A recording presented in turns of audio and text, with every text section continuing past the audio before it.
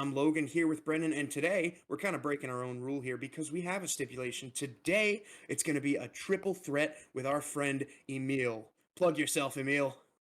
What's up, guys? My YouTube channel is Emil, and my branding is actually kind of like all over the place right now because I low-key kind of retired my past name, which was Pudog3, like 2 months ago, and now I'm kind of all over the place. But if you want to follow me, my YouTube channel is called Emil, Emile, in all caps. So We'll what plug you're him in saying the- is plug him in Two the Dog description. 4 is available. Yeah, you could be Pudog4, man. One and two are dead, so you can't be those. Yeah, they're you can't be those canonically dogs. dead. That's a whole thing. Yeah, like it's I was death, by the way. We're not going to get into that though. Yeah, that's a whole thing. He plays Um, Death in like a movie series I made. Yes, my first ever voice acting role, and now I'm doing a podcast like every white boy ever. All right, Brendan. It's been a week or so since we went. It's been a little over a week since you and I and Emil actually went to Smackdown. Take Yeah. us through the last day of February. Last day of February, Smackdown, February 28th. We start the show and we see Cody being gifted his own dressing room courtesy of the final boss. It's very Bloodline-esque, like Roman Mhm. and them getting their own room. I know, and absolutely great to see more of the final boss here in WWE. Oh, we didn't even. And they see had him, the fake J&J security as well. Yeah, I saw that. Security is Did you know? You guys notice that? I can't tell you I was paying attention to how intense the security looked. Isn't Jason Jordan is part of security now, isn't he? He's a so. backstage creative person. Well, they definitely said his name, I think, during the Rollins Punk segment that we're going to get to on Raw. Like, Jason Jordan's out here to stop it. Why was he Kurt Angle's son?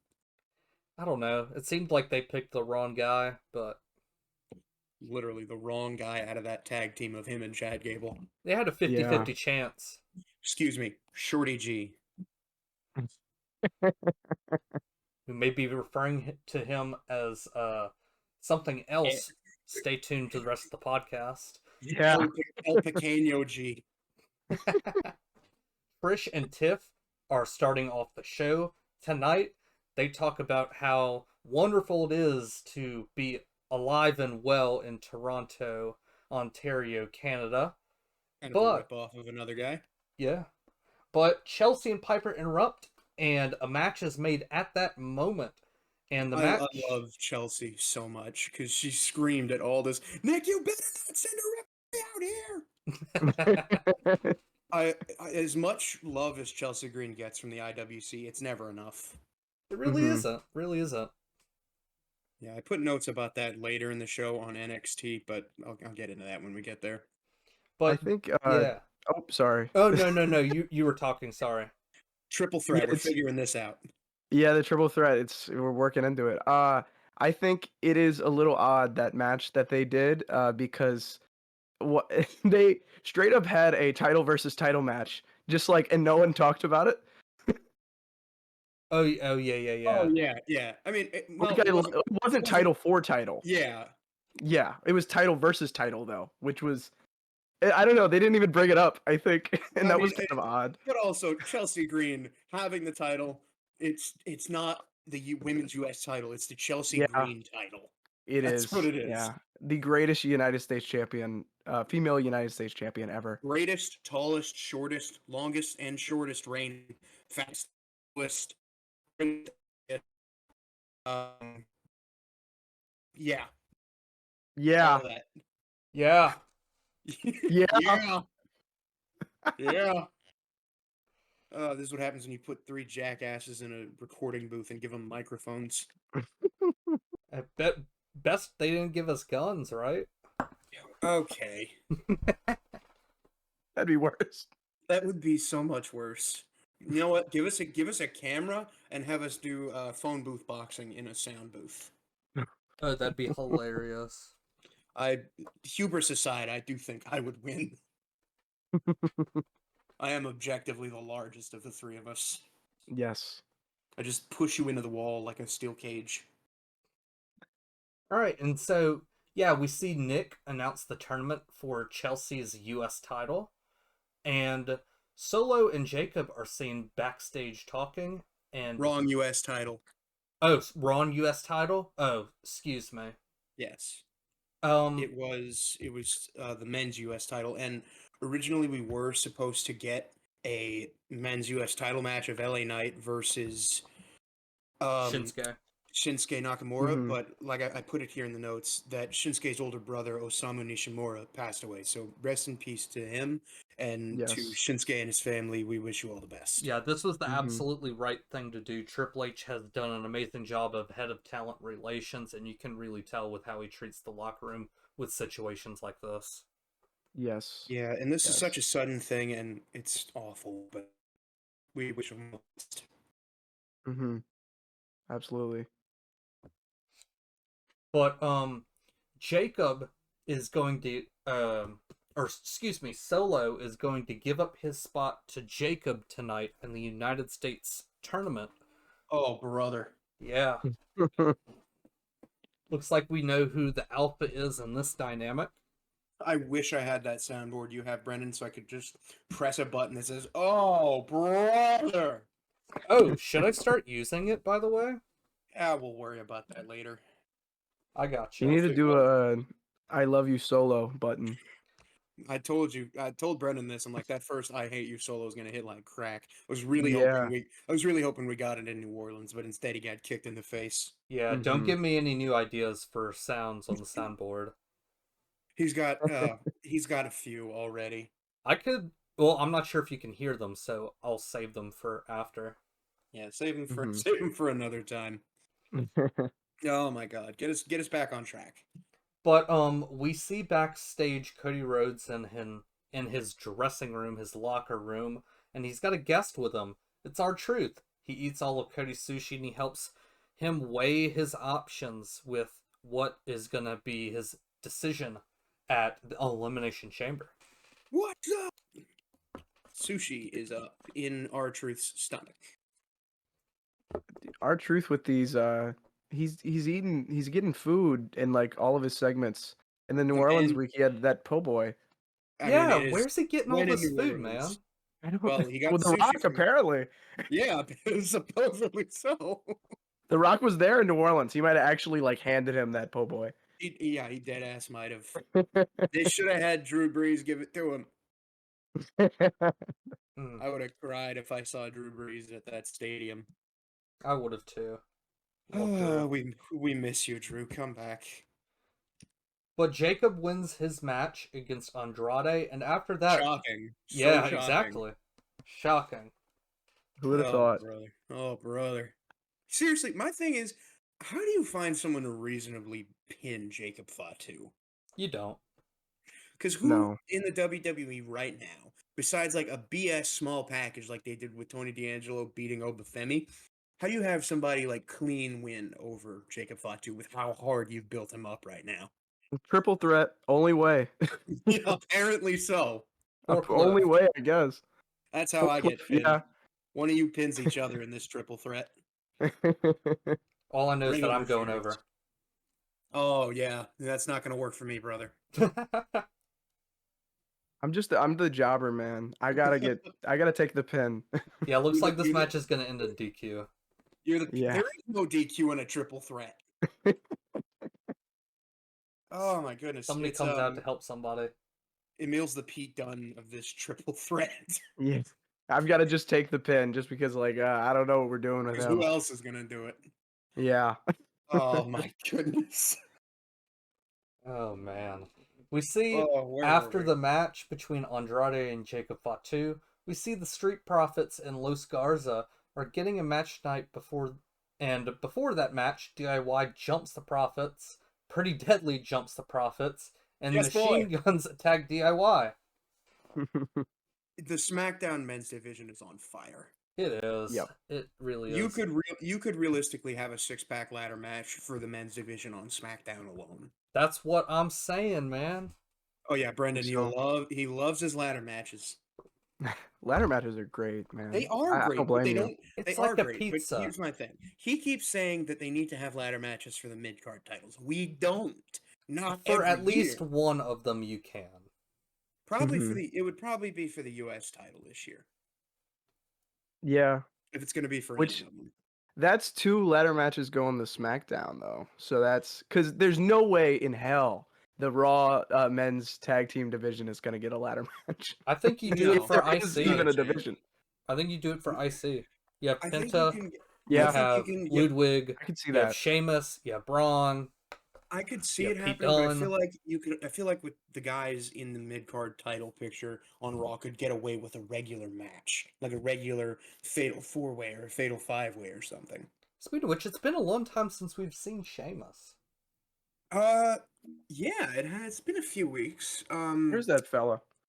Is filming Celtic Warrior workouts. He was struggling with Io Sky today. Oh, I didn't watch that one yet. Oh, He I was gotta see that. Io was doing these like inverted planks where she was Oh assisted man. by one hand. Sheamus was going down, and that man just got so red so fast. He was. Love Sheamus. I read something that's the best part of Celtic Warrior workouts is the guests having a great time and Sheamus looking half a second away from dying the whole time. Yeah, it's every single episode. His video where he was doing oh, what the hell was it, calisthenics with Maxine. That man was in hell. Was it the Liv Morgan one? He was They were struggling working with on the the glutes. yeah, the glutes. Was it like her butt stuff or something she called it? Whoa, Whoa. That's hey, that's what she said. whoa, Literally. Emil. We let you on Literally. one podcast and you talk about butt stuff. Don't blame me for what Liv Morgan's saying, man. This is that UNO education. Man, Please they don't some sue real us, UNO. gooners at UNO. Please don't sue us, UNO. They stink at sports, so they goon. Man, they suck at basketball so bad they hired Master P to fix everything. Jesus Christ. Oh, get back to the show. Get back to the I'm not the show, one, Brendan. I'm not the one that's getting sidetracked here. Yes, you're not helping. I think Emil's dead. Oh Uh, man. oh, shit. Backstage, we see Drew talk with Cody, and he seems very sympathetic to Cody's situation. As we remember, we had that one segment to where Drew hugged Cody, and although he fed him to Kevin Owens afterward, it sort of did seem like he sort of trusts Cody a bit. Right, because Drew McIntyre is the person you want to trust. Exactly. Exactly. Mhm. Oh, brother. Speaking of Drew, he actually cut off the John Cena package, and man, did he cut him into pieces.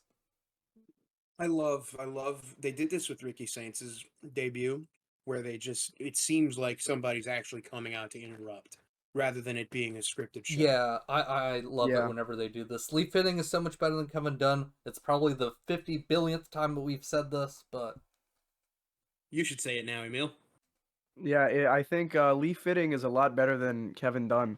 And there we go. Now all three members of No Stipulations, well, 2 and guest, have said it. this is going to be like the NWO to where like there's a new member every week. Oh God, I don't think either of us can tolerate that. I don't think I know enough people to do this every week.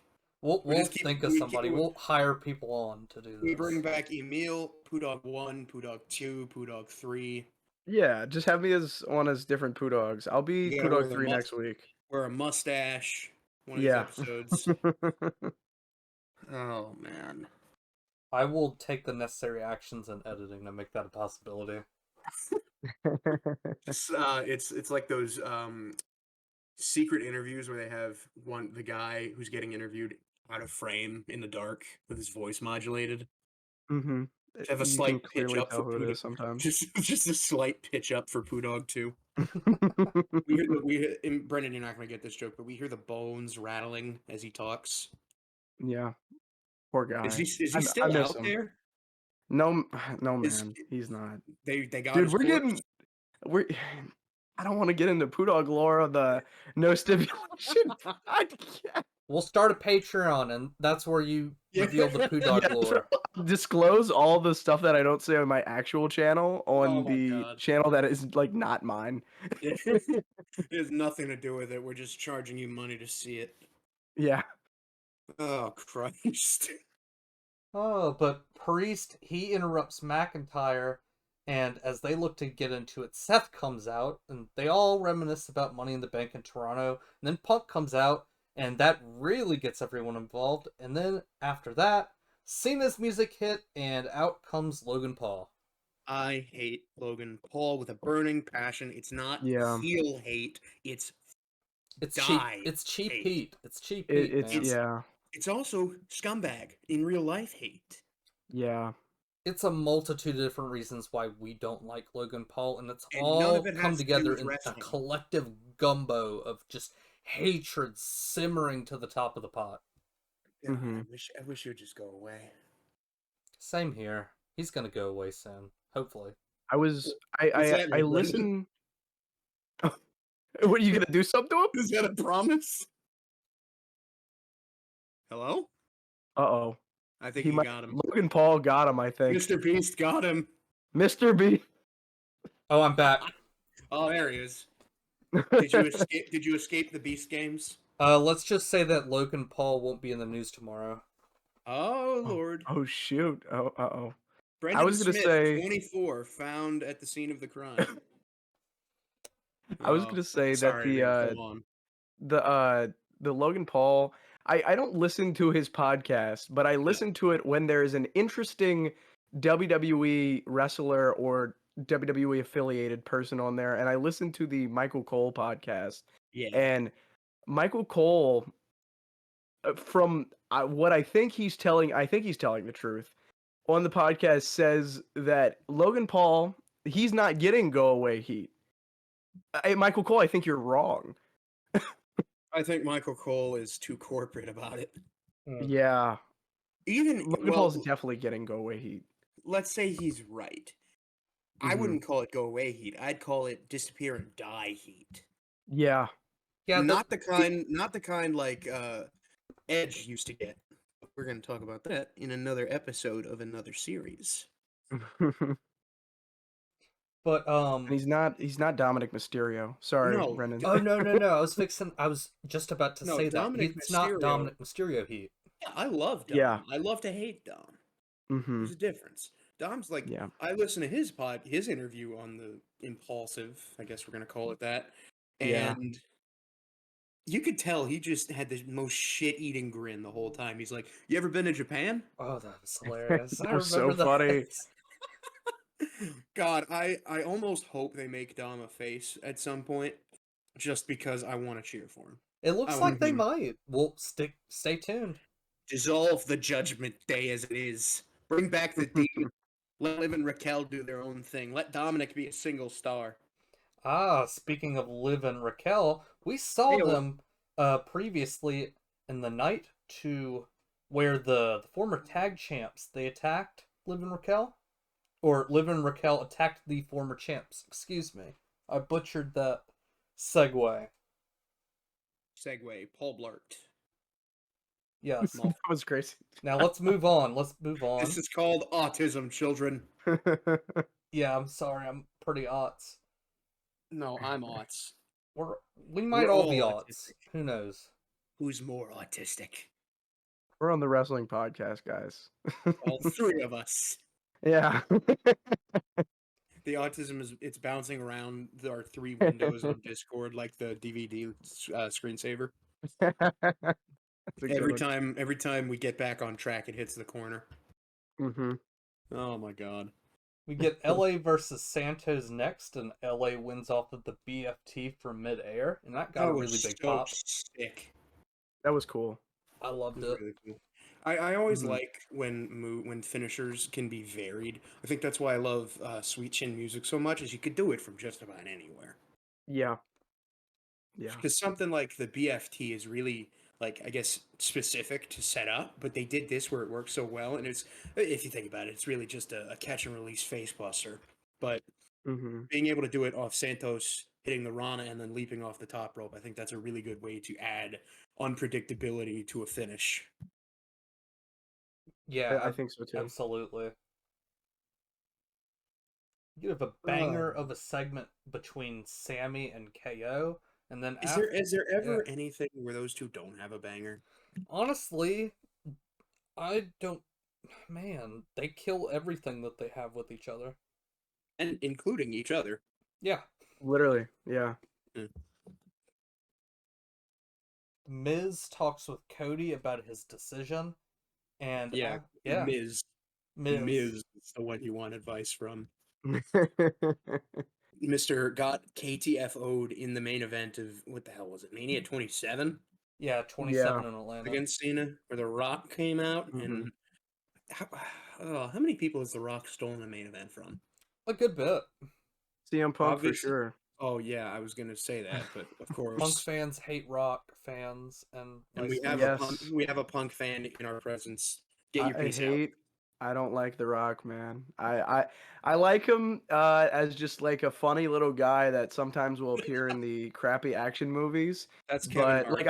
like I have a red one poster on my wall right now because I think it's funny. You do But not. I don't.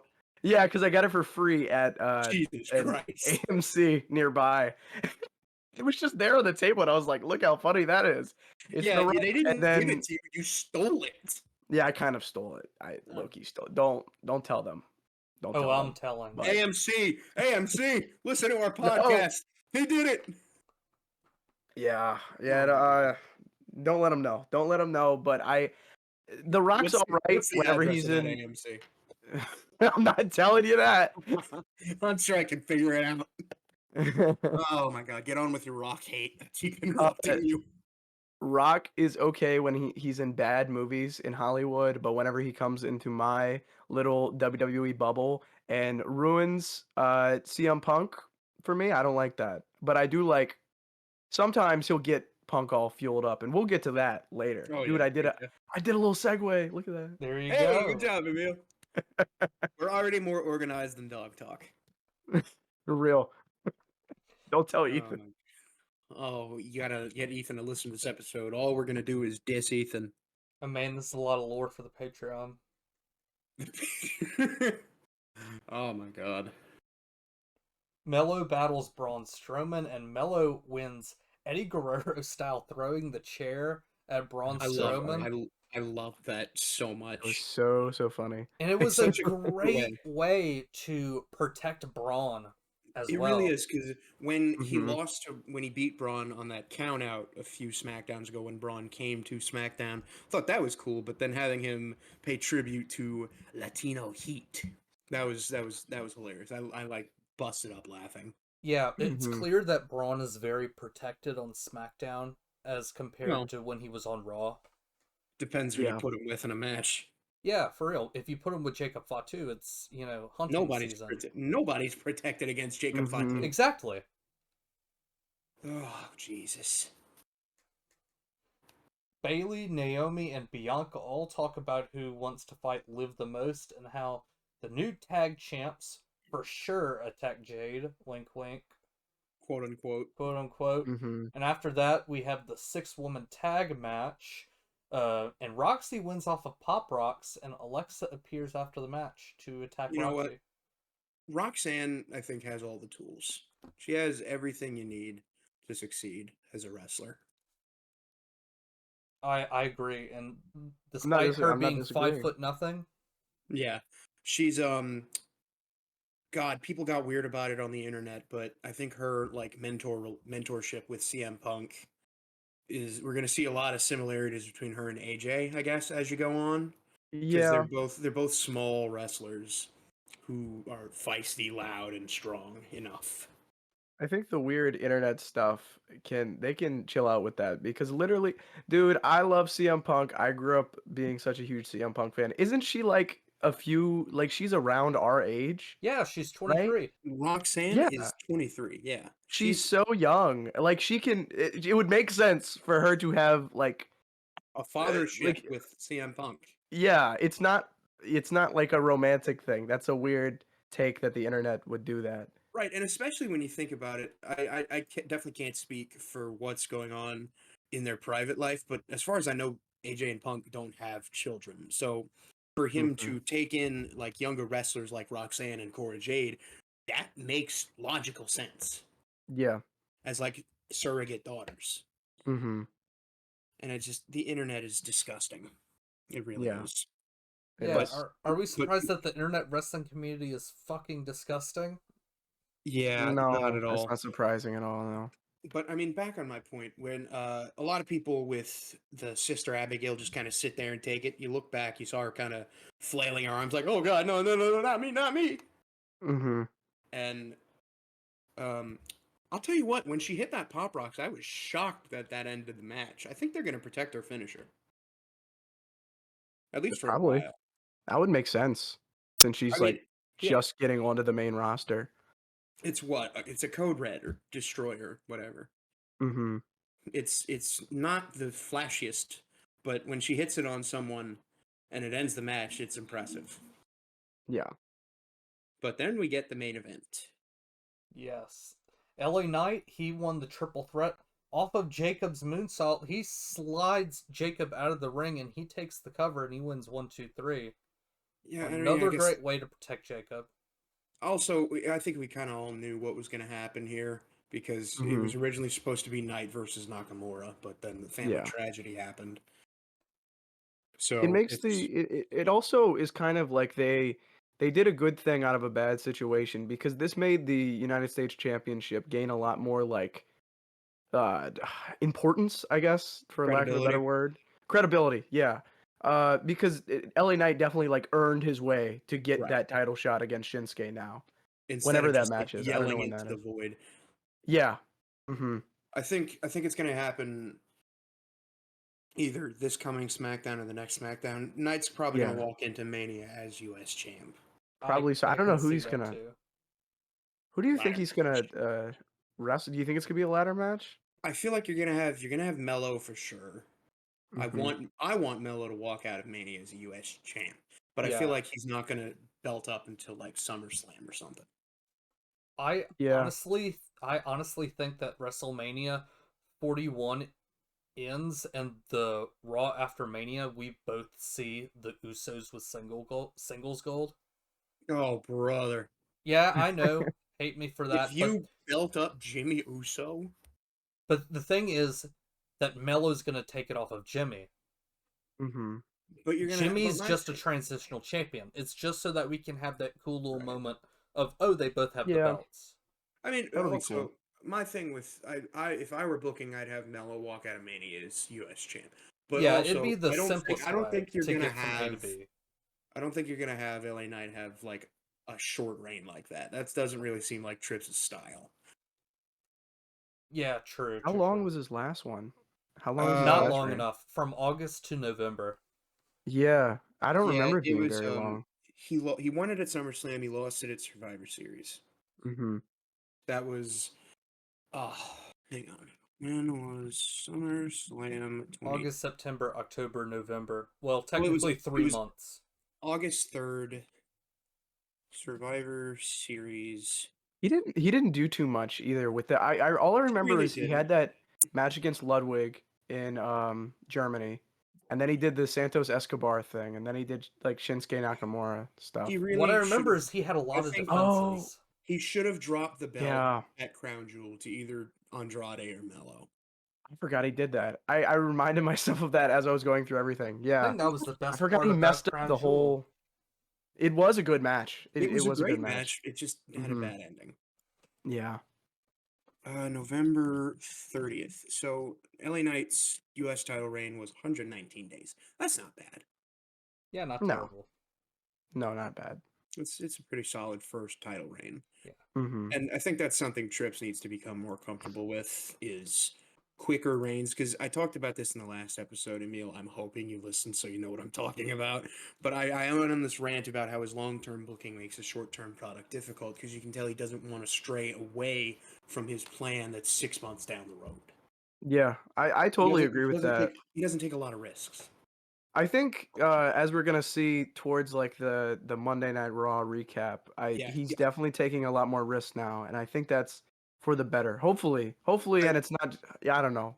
I hope he does more I short think term it's stuff. become a product of. I mean, we're going to see it in an Elimination Chamber. I think it's a product of him getting more comfortable with his booking and more comfortable with where he wants his storylines to be. Yeah, Because he's been what, like lead booker since call it Mania 38. Oh, he's been lead booker since SummerSlam 2022. So yeah, that's even after Yeah. that actually.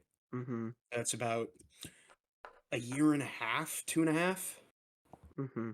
2.5. So I mean, yeah, I, I, almost. I, my least favorite thing is when I'm not, I'm not trying to defend this like guy who's probably a millionaire, but uh, my least favorite thing that the IWC does is when they are just like, "Oh, Triple H is freaking stupid," because, like, bro, you go book it, dude. Right. You know how many plot lines that is? That's I got to be literally, like the hardest thing. I make it a point whenever I talk about booking. I'm like, I'm criticizing him, but don't give me the book because I would put the tag titles on Pretty Deadly. Yeah, and I Yeah. made the point last week too. Brendan would have an all ladder match WrestleMania. Yeah, that although we're seeing like plane crashes all over the country, you'd feel more comfortable or it's safer to fly than it is to drive. hmm Again, yeah, and I countered that with it depends on who's at the wheel. Yeah, exactly. Yeah. But And let's yeah. I'm definitely not going to say I can book the show better than Triple H because I definitely Yeah. cannot. I I hate when would, people say stuff like that. and I think I think I put a talking point about this for the Raw segment, but I'm going to say it now. My least favorite thing with the IWC is that they'll say, "Why don't we get big matches on TV anymore?" But then we get those big matches on TV, and they're like, "This didn't have a proper build-up. Why didn't we get this on a pay-per-view?" Shut the fuck up. They're so hot and cold with everything. Make up your mind, Brendan. You might have hmm to bleep that, but I don't care. I'll do that work, don't worry. My point stands is that you either I said this about Nia Jax. I'm like, you get what you want, but then you don't want it anymore. You are like a baby getting mushed peas. You begged for Yeah. mushed peas for days and days. You finally get the mushed peas and says, "Well, now I don't want it." Shut up. Get out of your mom's basement. I have very strong feelings towards the IWC. Same here, brother. All right, let's finish this episode of SmackDown. Although Yeah. this can be considered a very great show, it ended with a great segment, and that was The Rock giving Cody Rhodes a what was it, a Ford Raptor? Yeah, it Yes. was. He got his own logo truck. Yeah, The Rock was at the airport and he was cutting a promo via satellite, like just like it was 2012. Sweet Jesus. It was so loud. I could hear they did like the audio modulation on it, so the Rock was like cutting in and out because he did it next to his airplane, like Right, you could hear the jet engine, the yeah. just the whole fucking time, and it was so hard to listen to. And I think one of my favorite things since SmackDown in New Orleans is that Cody looks so uncomfortable. He's like, hmm like this is like a meaningful decision for him that he has struggled and lost sleep over. And I think Yeah. that's Yeah. really an underrated thing about Cody Rhodes is his ability to like sell something as real. Yeah, I mean, how would you hmm feel if a big bald Samoan man caressed your face? Yeah. Depends. And kissed Depends you. which one. Didn't he kiss him at the beginning? I couldn't see that because of my seats. I Probably. couldn't see the. You couldn't see it because of your seats, Mister. I'm on the ground. I wasn't on the ground. I You wasn't were on, closer to the ground than we were. Wait, you I were was near the behind ground? I He was was- behind the WrestleMania sign. Yeah, he had a really good view. I had a pretty good view. His dad bought him tickets. They did. They asked me like in November, "What do you want for Christmas?" And I couldn't think of anything, so I said, "Get me SmackDown tickets," Dude, and I don't need anything else.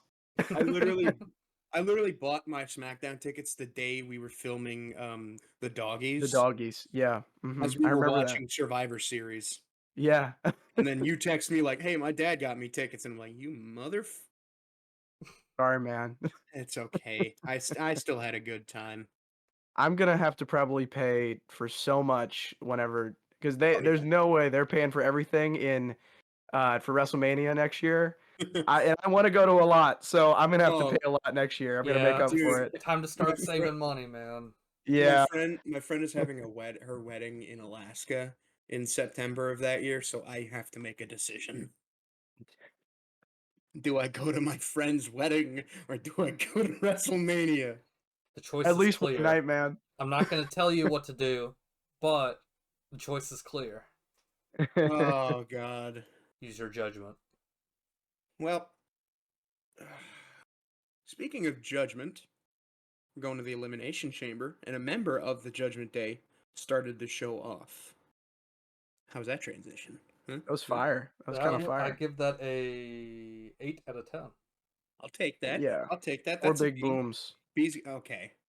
It's Emil, a wrestling podcast. Don't Emil- boom. I don't want you to overmodulate your mic like the Rock at that airport. Emil, you have no way of knowing this, but Brendan and my coworkers would not stop about the With the- Costco guys. Oh, really? I love those guys. I hate them. I hate them so much. Hey, man, he's a pro wrestler. We can talk about him on here. I know that, but they wouldn't stop talking about the booms. Literally, I had in my ears as I was on ESPN. They're like, "Bring the boom today." I'm like, mm. as we're going into the show, and like, "Bring the boom," and I'm like, "Here we are for a kickoff, Southeastern versus Eastern Washington," and just in my ear, I can hear his name's Kendrick laughing. Lamar? Yeah, sure. All right. But anyway, we get to the Women's Elimination Chamber, and of course, Liv Morgan coming off the WWE Women's Tag titles 3 times, which is, I think, they said the most ever by a women's tag team. Wow. I think so. I can't remember the first time they won it, but I do remember they took it off of Ronda and Shayna when Shayna turned on Ronda at Money in the Bank 23. I saw a post about it the other day. I think it was the first time it was with Becky Lynch and someone else. I think the Sasha? first might have been. It was a while back though. Mhm. I don't know. Either way, we get the entrances, and I remember last year for Elimination Chamber 24 in Perth, I remember I was watching the men's chamber. It was like 5 a.m. Randy was doing his posing BS, and I'm like, Randy, hurry up. Just hurry up, man. And then, thankfully, this was during a normal time for us silly Americans. Yeah. So we got to watch the normal amount of time. But I'm going to finally get into this match because Liv and Naomi started off. And then we hear that laugh. Jade Cargill, out of action for about 3 or 4 months at this point, comes charging out. She looks great in her Mhm. black gear with her white hair. If there is a storm in the MCU, just saying. Hollywood But Jade. she comes out the second the match started, and I think we finally got our answer as to who attacked Naomi, because you could hear they released a video of Bianca in the pod being like, "Yeah, go get Liv, go get her," and then she starts beating the crap out of Naomi, Yeah. and I love that. It, I it's think we definitely all, Naomi. yeah, I think we all kind of knew it wasn't Liv and Raquel, just because that would have been the most cop-out, cheap bullshit of an Yeah. answer. Yeah. After all this time. And I really love that because I think we're going to get a great feud out of those two, and then eventually Jade and Bianca after maybe after Bianca maybe wins at WrestleMania. I don't know. We'll see what happens off of either Rhea or Io, but we're going to get to that in a little bit. But Naomi was eliminated to start the match, and I was begging for someone to come out and take her place, because if I heard Asuka's music hit, I would have crapped myself. But I was a little surprised that they didn't do that. I mean, that's happened in Elimination Chambers before where someone gets taken out and they're like, "Oh, what are we going to do?" And then like surprise person returns yeah, or something. I think it's also because the match had started already Yeah. and she was medically unfit to compete, which is something they would do in a normal match. Mhm. So since the match had started already, they kind of just opened the door. Speaking of the door, she slammed that thing into Naomi's face or her Ooh, stomach or something. there was multiple moments that night where I was like, "Oh my god," and my body was cringing because of the pain that someone was enduring, and we're gonna get to that match later. But dude, oh my god, I like physically like scream. I was like, "Oh my god!" Whenever she hit her with that door. That pump kick she hit on Jade into the pod. Oh my god, that was clean. Yeah, if it wasn't Naomi, then I don't know, Yeah, man.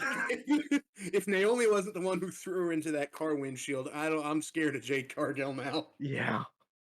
But yeah, Bianca is distraught, obviously, because those are two of her friends who just like Jade just killed Naomi, broke her neck. It is what that looked like. I love that they put the neck brace on no matter where they were injured. Yes. It always reminds me of that picture of Tony Khan with his neck Oh brace God. in the I think it was the draft room for the Yeah. Jaguars. Mm-hmm. That was so funny.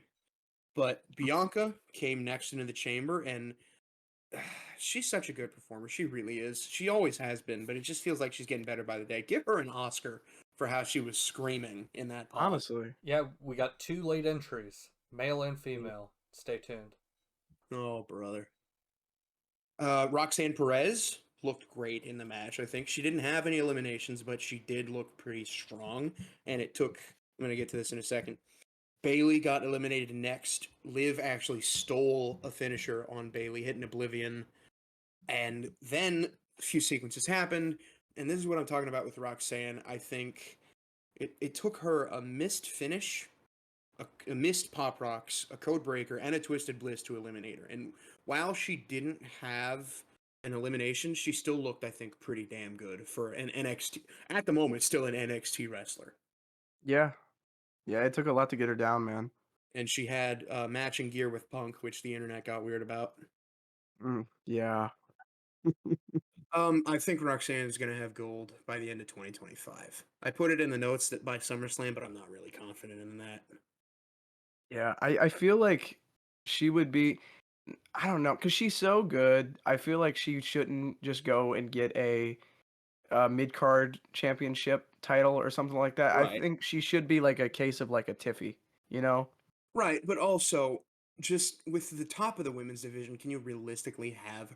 I think she should win Money in the Bank. I think that's a perfect opportunity for her to take a top title. Yeah, I think That'd be that's a cool. great idea.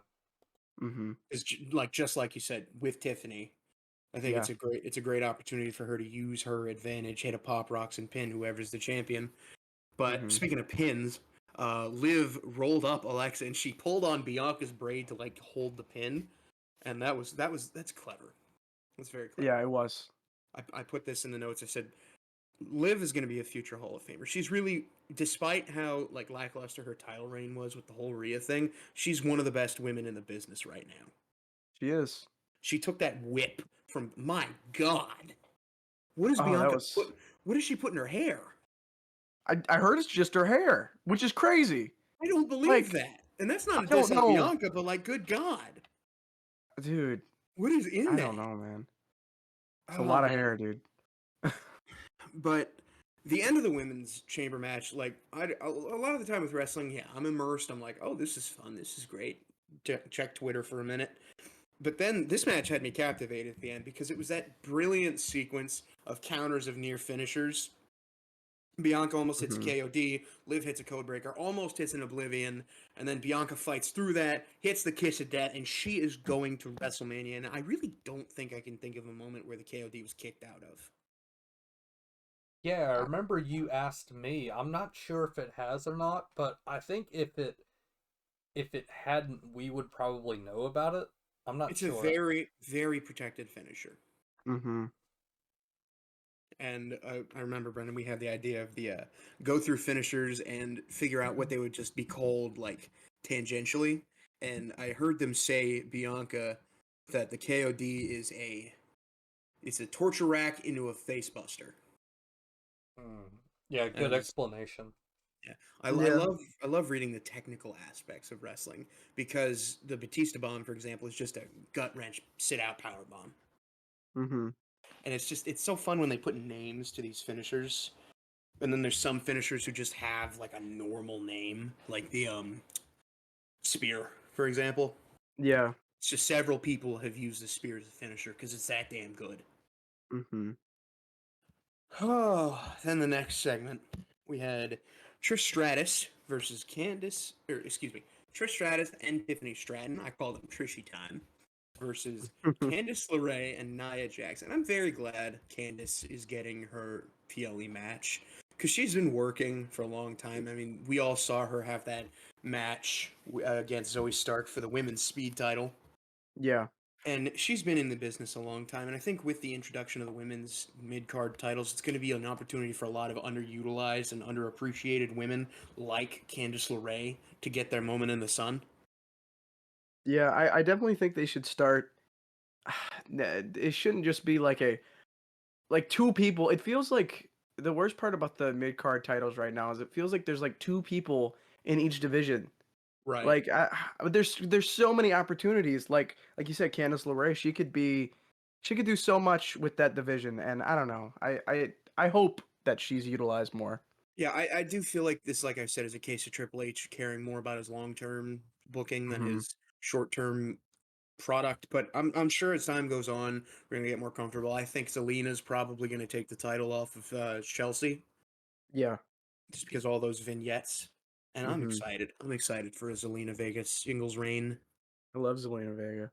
I do too. She's great. Me too, Malachi sis. Black, future once and again WWE superstar. Mhm. Apparently, he's supposed to be coming back real soon. But Supposedly. Nia is another person who deserves her flowers. Both Candice and Nia deserve their flowers. And in the end, Tiffany and Trish won. Tiffany did her thing, and I'm praying that she does not get buried at Mania by Charlotte. Yeah. God, Yeah, you and me God. both. Mhm. All three of us, man. The only Indeed. reason I was somewhat happy that Charlotte won the Royal Rumble was because I had money on it. So yeah, but yeah, I don't know. I definitely think Can I you don't really actually care. Did you like put that on a sports book, or you just had like an actual bet with somebody? Be like 20 No, we bucks. had a bet. We had like a bet going on here. Didn't you talked to me about that, didn't you? Yeah, there was like a few people here, and we ended up. It's like a whole complicated thing, but Yes. I ended up getting $100 because Charlotte Flair won, and that was kind of fire. So Yeah. That's actually pretty cool. The only yeah. time you've ever cheered for Charlotte Flair. Only time I was like, "Yo, Charlotte, yeah," and then I was like, "Wait, why am I cheering Charlotte Flair right now?" Oh my god. And then, in my opinion, match of the night came It was great. next. It's great. Originally the Rock segment was supposed to be next with Cody Rhodes, but I think they made the right call, as we're gonna find out, in putting that last. Hmm. But God, these two make magic every time they fight. They really do. And a fun side note that I noticed is neither guy was wearing their wrestling gear. Sammy had regular pants on with a belt. Kevin had pants on, which you never see. That dude always has shorts on. Yeah. Rod Zapata wasn't wearing his referee shirt. And Sammy did this on Hmm. the first day of Ramadan. So props to him for that, because that's insane. Yeah. He just had that huge breakfast, fasted throughout the day, and as sun went down, he had to fight his best friend to the death. Hmm. Oh, I man. I also like the like NXT Underground type lighting that they had. Yes, it really felt like unsanctioned because I remember WWE's been releasing those top 50 Mania matches, and Yeah. they had Seth Rollins versus Triple H unsanctioned. Wrong. Hmm. You had Stephanie McMahon out there. They definitely sanctioned it, and it just felt like a regular no DQ match. This, on the other hand, with the ref not in a ref shirt and the lights out and just everywhere, everything going crazy, this really felt like WWE's like, all right, do whatever the hell you want. We'll just be there to Hmm. count. Yeah, that was great. Yeah, Sammy sold his neck the whole match, obviously, because he got pile drived. The match spilled all over the arena. Weapons were used pretty damn quickly. Chairs, tables, everything of the sort. Hockey sticks. Kevin bit Sammy when he was like choking him out with a hockey stick. It's Kevin's one of the best to ever do it, man. He really Yeah, is. He's so definitely. fun. He's so fun. Sammy put KO through two separate tables with what Michael Cole called Blue Thunder Bombs, and they really weren't. They were just kind of sit down through the table. Hmm. KO then broke the rule and put Sammy through two tables that Kevin set up, where the rule is once you set up a table, you're going through it. Hmm. Did Kevin set up the first table? he set up both of them. Oh, okay. Because I was trying to think of that rule. I was thinking of that rule too. Yeah. Whenever Sammy went through it, and I was like, oh, did because at first I was like, I think Sammy set up the first one, but I couldn't remember. Well, you Yeah, got to it think was that him. KO's Hello, Brendan. undefeated on the Welcome back to the turnbuckle. show. But yeah, I put this. I swear I put this in here somewhere. Stop trying to superplex Kevin Owens. It doesn't work. It has never worked in the history of wrestling, and I think if anyone's ever going to do it, it's going to be Sammy, who finally successfully superplexes KO. Yeah, But that's a big if. But then yeah. Kevin hit a brainbuster through a chair, and Sammy kicked out. Huh? Mental. I Absolutely mean, mental. you could really tell that this. I mean, being in Toronto, I'm sure this was an even bigger deal for them. But this whole storyline with them actively trying to kill each other, it just works because like WWE can't stop this. I'm not going to stop this. Keep kicking out. Sammy hit a half and half suplex, then another one. Put Kevin face first through the chair, which these are the only two guys who are going to get to do those spots. Yeah. Because I feel like Kevin, for as he's so coordinated for the size that he is, and I love He it. is. He's So impressive. He's a top 5 fat guy ever. He dude is like I think about that whenever I'm watching the matches, his matches like all the time. I'm like, dude, this guy is like it's so good would just be like redundant, man. Like I don't It know. is. It's impressive to see that specimen right there. Yeah, I love it when he cannonballs into the corner.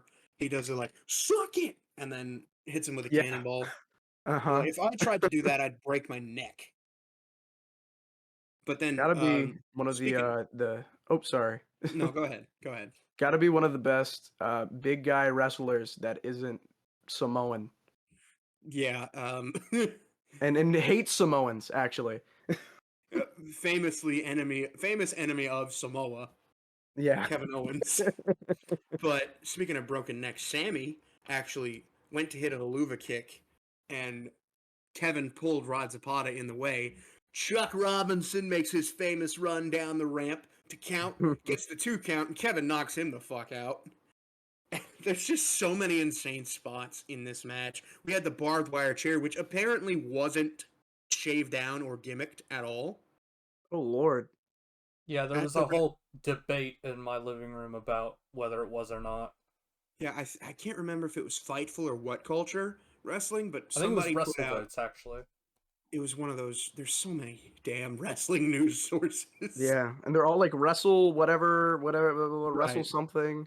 Right, and one of those guys put out that at Sammy and Kevin's request, the barbed wire wasn't gimmick because, they're Wow. insane. But then Mhm. Sammy hits a blue thunder bomb through the chair. Kevin still kicks out. It's not over. And then they roll out of the ring. Kevin puts the chair around Sammy's neck, throws him into the corners, and Sammy has to disappear for like a year in kayfabe at this point because you don't go through all that and show up 2 weeks from now. Yeah. That man is dead. I don't even know Because if he's gonna make Mania, man. People keep booking him against like Karrion oh no, Cross, but like, if he makes dude, Mania, I want that. I want Karrion Cross to have a good match at Mania, but I just don't think Sammy should be back until like next Rumble. If I'm being yeah, completely honest with you, he because should be gone for a while. you know where the next Rumble is? He could win that one. Saudi Arabia. Saudi Arabia. Sami Zayn, main event, WrestleMania 42, finally beats Drew McIntyre. After Drew takes the title off of Cody Rhodes at SummerSlam after winning King of the Ring. I don't care about John Cena. Anyway, Kevin hit apron powerbomb. Sammy gets back up, keeps fighting, and you could see that Kevin kind of lost his grip on Sammy, and Sammy was like, "Oh, this is a good moment. I'll start punching him like I'm still fighting." And then Kevin hits another apron powerbomb, and Sammy's dead. He gets the 3 count. He's not done. He leaves the ring, walks back, gets Sammy, pulls up the mat, goes for a pile driver, and then we're hearing some voices because Randy Orton is back and he rushes down into the ring. And this is what I'm talking about when I say Kevin is one of the best ever. Because after, like, they cut between Randy in his cut off hoodie, and Kevin is just, his face is red. He's crying because of what he did to Sami Zayn. He just murdered his best friend pretty much. And his, not only his in-ring action, but his emotional ability. Because if you look, I love the promo that he cut to get the job about Sami Zayn. If either of you have ever seen that, I haven't. Me neither. I haven't you either.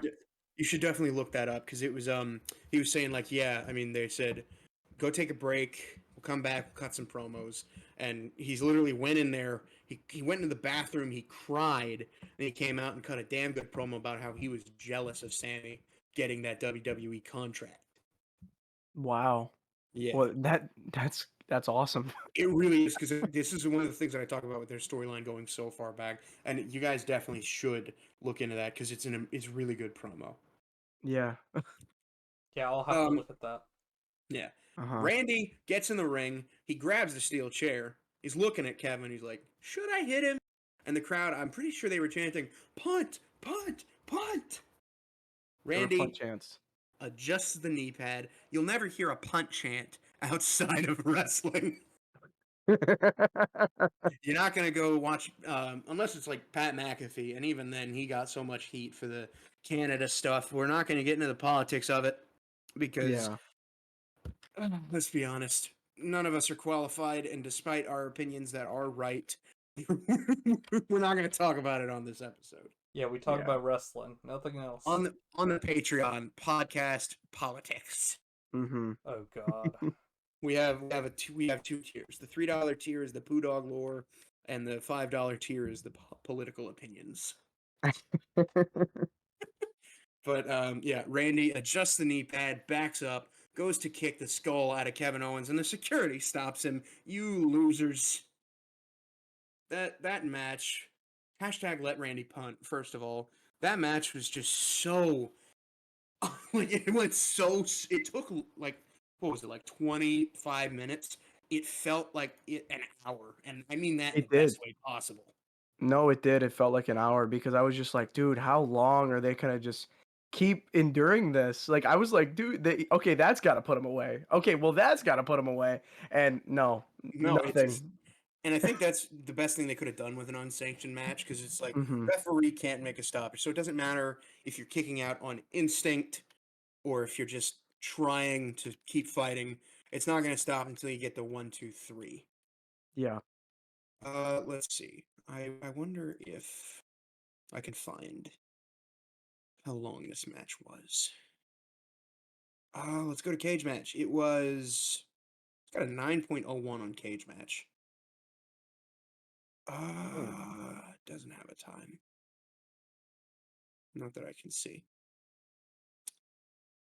Yeah, either way. Doesn't matter. Whatever. It was a good match. Hashtag let Randy punt. And that wasn't even the craziest part of this pay-per-view. Because next, we have the men's Elimination Chamber. And I wrote down in the notes, I wrote this at the time, I said, why is Rock and Cody's segment main eventing? And then I put, I hate Logan Paul, not in a heel way, in the you are scum and I hope you retire tomorrow way. Yeah, makes And sense. I mean that. I do. We definitely talked about that. You said something a little more hateful specifically than I did on this podcast. But Drew actually comes in with Seth to start the match. I think this is the second year that Drew started the match outside of the pod. Yeah, I think so. He was 1 or 2 last year when he won it. Mm-hmm. But both dudes went for a finisher out of the gate. Drew tried to hit a Claymore right away, just like he did at Mania, which that match was like 10 minutes. That was a great match. Mm-hmm. I was listening to a clip of Chris Van Vliet with Seth Rollins, and it was Seth talking about like, yeah, I don't think I'm capable of having a bad match with anybody, because I feel, and that's true, I think, with Seth Rollins, because he knows what he is and he knows what he needs to get out of people. Mm-hmm. You put him with somebody and he'll probably give you at least 3.5 stars.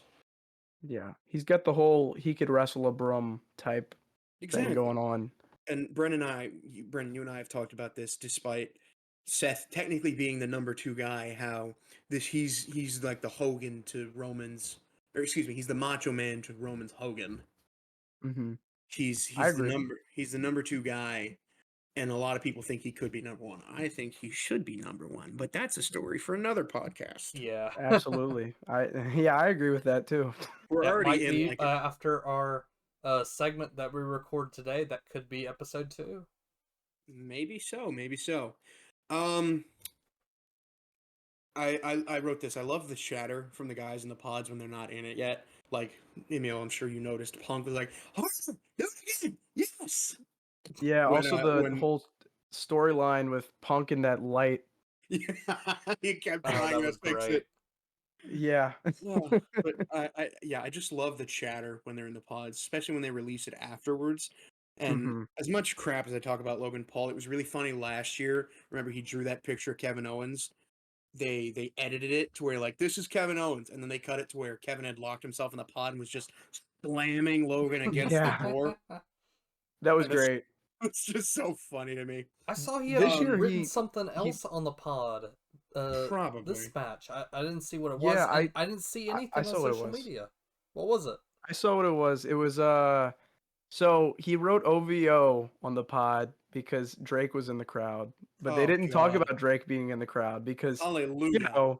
He's he a just pedophile. got called a PDF file on a Emil, we can say the word on here. just for my branding's A sake, I won't. pedophore. Yeah, he was Peta- called a pedophore on like the Peta- biggest event in the world. And then Conan did it again on the Oscars, which I love. Yeah, Conan just straight up said it. I love it. I love it. I'm going to summarize this. We need to stop pretending like these words, the way they are, has meaning. Stop saying the word shorthand. Say it like it is, because it means something. Now you're And right. you take it and you like.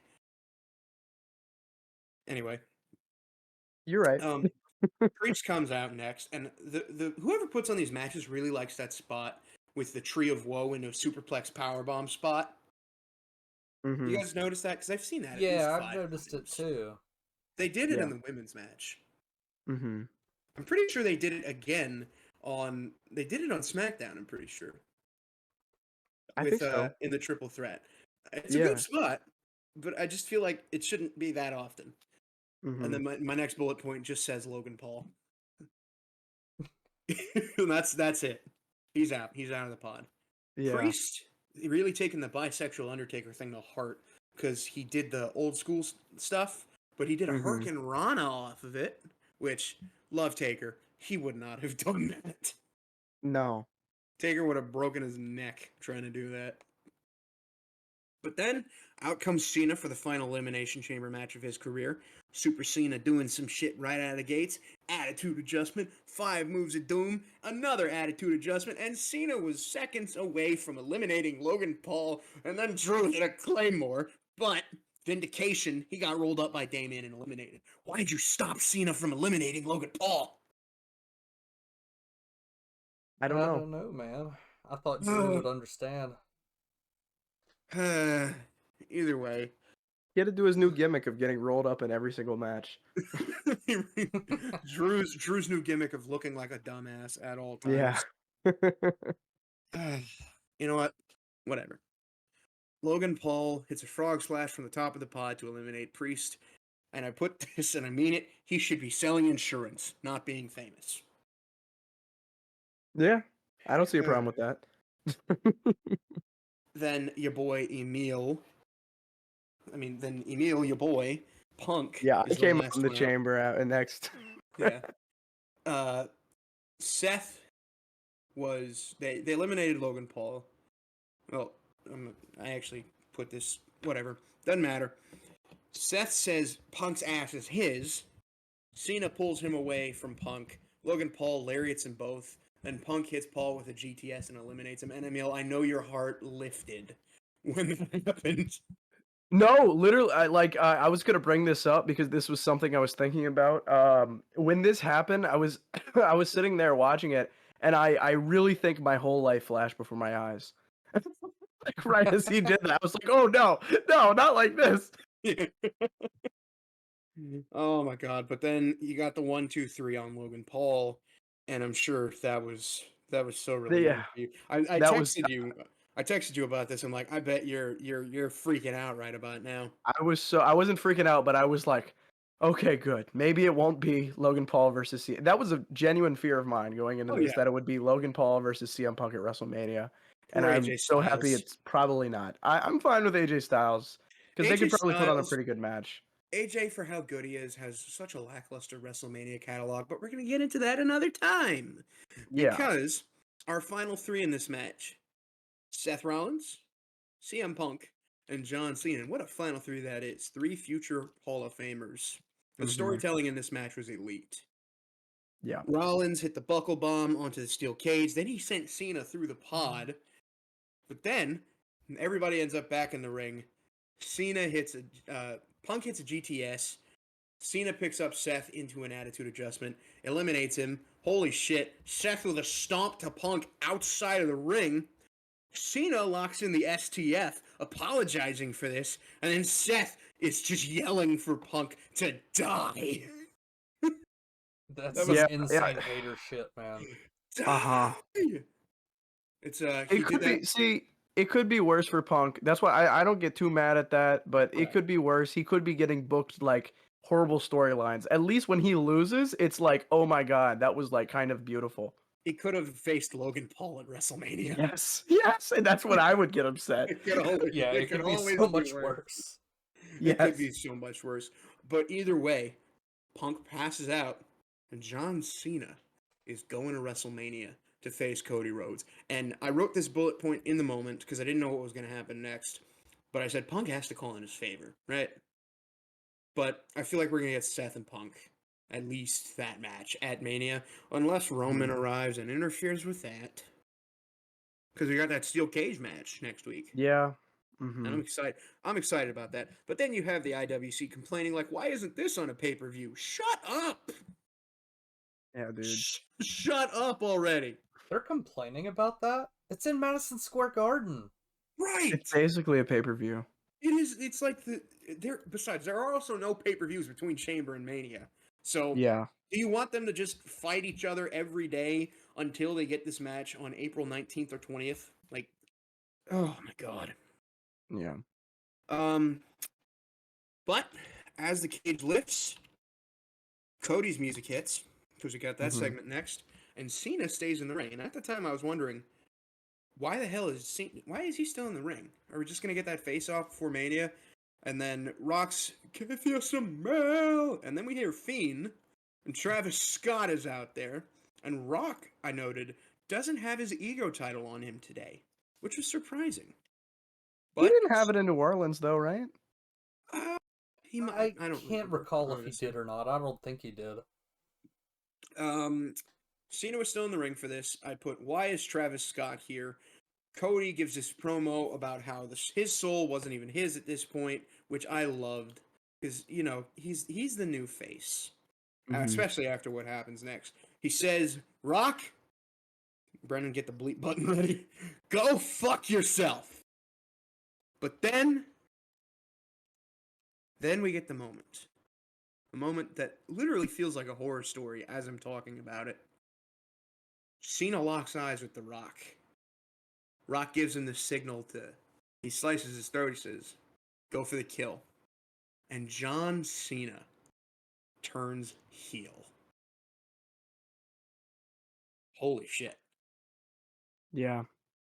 If there's one good thing to come out of this for sure, like a huge, like great thing, is that I have been seeing WWE everywhere after this, and I am Yeah. thrilled. It was on Shannon Sharp's show. He Yeah. literally said, like, "John, you got some explaining to do." And it's definitely making, I think, as much as you want to say about The Rock being just showing up, he does a Mhm. good job of getting WWE back into the public eye. Yeah. Because everybody knows The Rock. Oh yeah, everybody knows who The Rock is. He's the most famous actor in Hollywood. Mhm. And in the worst movies. Yeah. But I mean, I put this here. All of this is in all caps from the "Go F Yourself" Rock. Is Cena turns heel, his final run in WWE, and he turns heel. Cody gets jumped, and why is Travis Scott still here? He had no business being out there, man. He literally like he ruptured Cody's eardrum and gave him a black eye. I really hope Cody's okay. Oh, I'm sure he. And he Busted doesn't have ear- to like miss Mania, so that would be awful. Travis Scott's in there like the freaking coleslaw in the box combo, and Oh my he god! doesn't belong. He doesn't Not belong, and not he the ruins coleslaw. WrestleMania. Oh Imagine. my god! If he Oh ruins my god. WrestleMania, this will be something wrestling fans talk about for decades. You remember whenever Travis Scott ruined the main event of WrestleMania? Right. Recovery for busted eardrum typically heals on its own within a few weeks. Most small Okay. tears heal within 3 to 6 weeks. I'm sure. Okay, I'm good. sure. I'm sure he'll be fine. That's good. But that backstage segment, and I love this because you could tell he'd caught the wrestling bug when Triple H was like, "How was that?" And Mhm. I feel like we're gonna get Travis Scott in a match. Have him fight Bad Bunny. He's I like it, training. yeah. He's training. I heard. I'm excited. Bad Bunny or Travis Scott? Travis Scott is training. Hey, either way. But the show goes off air as Cena sides with The Rock in what is maybe the greatest heel turn in wrestling history. It's got to be Well, number one. a lot of people are arguing about Hogan becoming the third man, but John Cena hasn't been a heel since he was the Doctor of Thugonomics before most of us were born. Hmm. I mean, Emil, definitely before you and I. Brendan, I Yeah. can't remember. You might have been a baby when I he was was the Doctor. born in 01, so I would have been a baby. When was Cena the Doctor of Thugonomics? Like 2003, 2004, I believe. Thugonomics. That was like 2002 to 05. So, yeah, you were born the year before he became the Doctor, and it came to an end the year you were born, Emil. Yeah. Well, I You know were born. You were CM born Punk in has been 05? a. I was born in 05. CM Punk's been a wrestler like literally my in WWE my whole life because he joined in 2005. Right. It's so crazy to think about. And I was trying to explain this to one of my teachers because I was talking about the podcast with her, and because Kendrick came in and we were talking about wrestling, and I'm like, there Mhm. is so much lore and it never stops. It goes year round. There's so much. It's really hard to catch you up on anything. You kind of just need to learn as you go. You gotta hop in. Yeah, you just gotta join in, and they will do a million recaps Yeah. on Monday I Night mean, Raw to catch you up. if there is ever a time to join wrestling, it's on the road to WrestleMania. yeah, My for real. first ever wrestling show that I watched was the Rumble of last year. It was the first time I Really? ever sat down, put on wrestling, and from there I've been hooked. Mine was the one when the Muppets showed up in 2011. Mine, Yes, I'm not mine, kidding. I know. You told me the story. Oh my god! But yeah, Brendan, you don't know this. Emil also has an obsession with the Muppets. Yeah, well, that's what Who my doesn't? channel's kind of about. Yeah. Yeah. Thank you, Brendan. Thank you. Muppets are Wait. awesome. I'm not They saying are. they're not. CM Punk clearly is a except fan. that one Muppet in the Muppet movie who was playing dice with you know who. Oh, What? yeah. There's a clip of Pepe the King Prawn playing dice with the Diddler, P Diddy. Oh no! Yeah, that didn't age well. And Oh, he's like, "Come on, Diddy Daddy." that might be He why does we call don't him see Diddy him Daddy. anymore. Yeah. Oh my god! But either way, Elimination Chamber took us like half hour to recap. Oh my god. Hmm. Emil, it's time to hear your voice for the longest point of this show. Ah, Start us off do I on need to Raw. Start us do I off on need to Raw. kind of like speed run it a little bit? No. Take your time. This is a PLE. We took like 2 hours on the Rumble episode. Yeah. It's gonna be longer Okay. because of a third person here. But Yeah, for sure. just like your boy, start us off. Okay. So, live from Buffalo, New York, CM Punk is furious after everything that happened at the Elimination Chamber. Not only is he mad at Seth Rollins because, he got stomped into the ground and is not going to the main event of WrestleMania. From what we know right now, As far as we know. as far as we know, he still has that favor that they might make us forget about, but I think it'll pay off. Yeah. And he runs into the arena, and he's like not doing his whole babyface Punk thing. He's in pipe bomb mode, and he goes onto the announce table and starts asking the fans, "Hey, who should I talk about?" And Pat McAfee says something about The Rock, so he starts on The Rock, and he calls him a bald fraud, I Love believe that. was the term, Love that. and he says that his goosebumps are fake, and he doesn't even care about wrestling anymore. Honestly, And he moves on. I read somewhere that said they need to check The Rock to see if that's like a skin. It was Ivar who tweeted this out. He said Honestly, dude, maybe that's a skin condition it might be. because it's not supposed to be that bumpy every time. Yeah, like how does he have goosebumps literally every I don't know. He might have some kind of issue. I don't know, Rock. Yeah, he needs to get that Dwayne. checked out. Dwayne, Yeah. Dewey, Dwayne. Dewey Johnson. John Cena is who he starts cutting a promo on next. And I posted this on my Instagram as soon as the John Cena heel turn happened at Elimination Chamber. I always knew Punk was the good guy.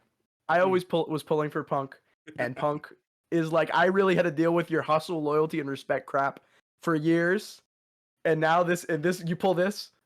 Yeah, I remember when Cena was in that segment with Bray Wyatt. Bray was right. Bray was right. Bray was right. Bray was right about him. And was They this did a whole match was where this he was long right. term? Was this long term booking from Triple H? It is. Has he been I'd planning like to this think so. the entire time? Oh my god, Brandon, say something. This is like just the Me and Emil show. I'm sorry, man. There's stuff going on next door, and I don't want it to be heard in the stream. So I'll let Emil be the co-host for most of tonight. Oh, Well, brother. I have unfortunate news because a infamous train is passing near the Poo Dog 3 house right now. Oh, So you may okay. hear that in the background. I can't hear it. Okay, we'll see. The But I train will. that ruined The train. the train that ruined my scene in the premiere. Yeah. That's a story for another day. But yeah, me and It Logan really is. know what There's- that's about. To the Emil fans, you might, to the people who were in that, you might understand this if you're listening to this for whatever reason. Which I hope you are, because I'm gonna promote this episode. Oh, thank you, man. Yeah, man, no problem. He's Anyways, just Punk. in it and doesn't acknowledge it at all. Yeah, I'm just like I don't know. I didn't do that. Yeah, that was Poo Dog 6. No, it's going into. I have a playlist on my channel where I do other videos that I've been featured in, so other people can Swag. check out like other people's channels. But Thank you. anyways, he moves on to Seth, his main point of the night, and after he says, "Becky Lynch, come get your man," we hear, you know. Oh man, your mic blew out, but I think Yeah. burn it down. Burn it down. And they start beating the crap out of each other. And it's not like their hugging match they had. No. They are pissed. They're Yeah. pissed. And it's times like this where I wonder if they actually do still hate each other in real life. I'm sure it's sometimes. I'm sure it's a work from right now. Yeah. It's a damn convincing one. Yeah. It's so convincing. It really is. It's hard to tell whether it's fake or not. But they're doing a really good job of it. Mm-hmm. Next in the notes, it says we get a look at last week's tag match. What was the tag match the week before? I don't remember this part. That would have been Liv and Raquel beating. Yes. Because it Bianca segues Naomi. into Judgment Day. Okay, that makes sense. Obviously, as Logan just said, new tag champs and Finn. Three-time tag champs. Three-time tag champs. And Finn, he looks a little upset because, he hasn't won anything big since he won that Universal title. Poor guy. I love Finn. Finn Balor. Finn Balor, poor guy. Bring back the and he's demon. also They're teasing us. Yeah, bring back the demon. they've been teasing it a lot, man. They've been teasing it a lot in the background. Brendan, what were you saying? I said bring back the demon. Yeah, Same bring thing it you back. said. Of course. Yeah. I'm going to talk about this in the other episode of the thing we do, but Edge should not have won at Mania 39. Yeah, He really exactly. shouldn't. You Anyway. find some of these older stars, they like to. That's not going to work for me, brother. Yeah, exactly. Oh Oh man. Where were we? Finn. Judgment Day. Judgment Yes. Day. Finn is also kind of mad about what happened last week with the whole Braun Breaker and Dom situation, and they say they gotta handle business tonight, which they kind of do during a commercial break, but we'll talk about that later.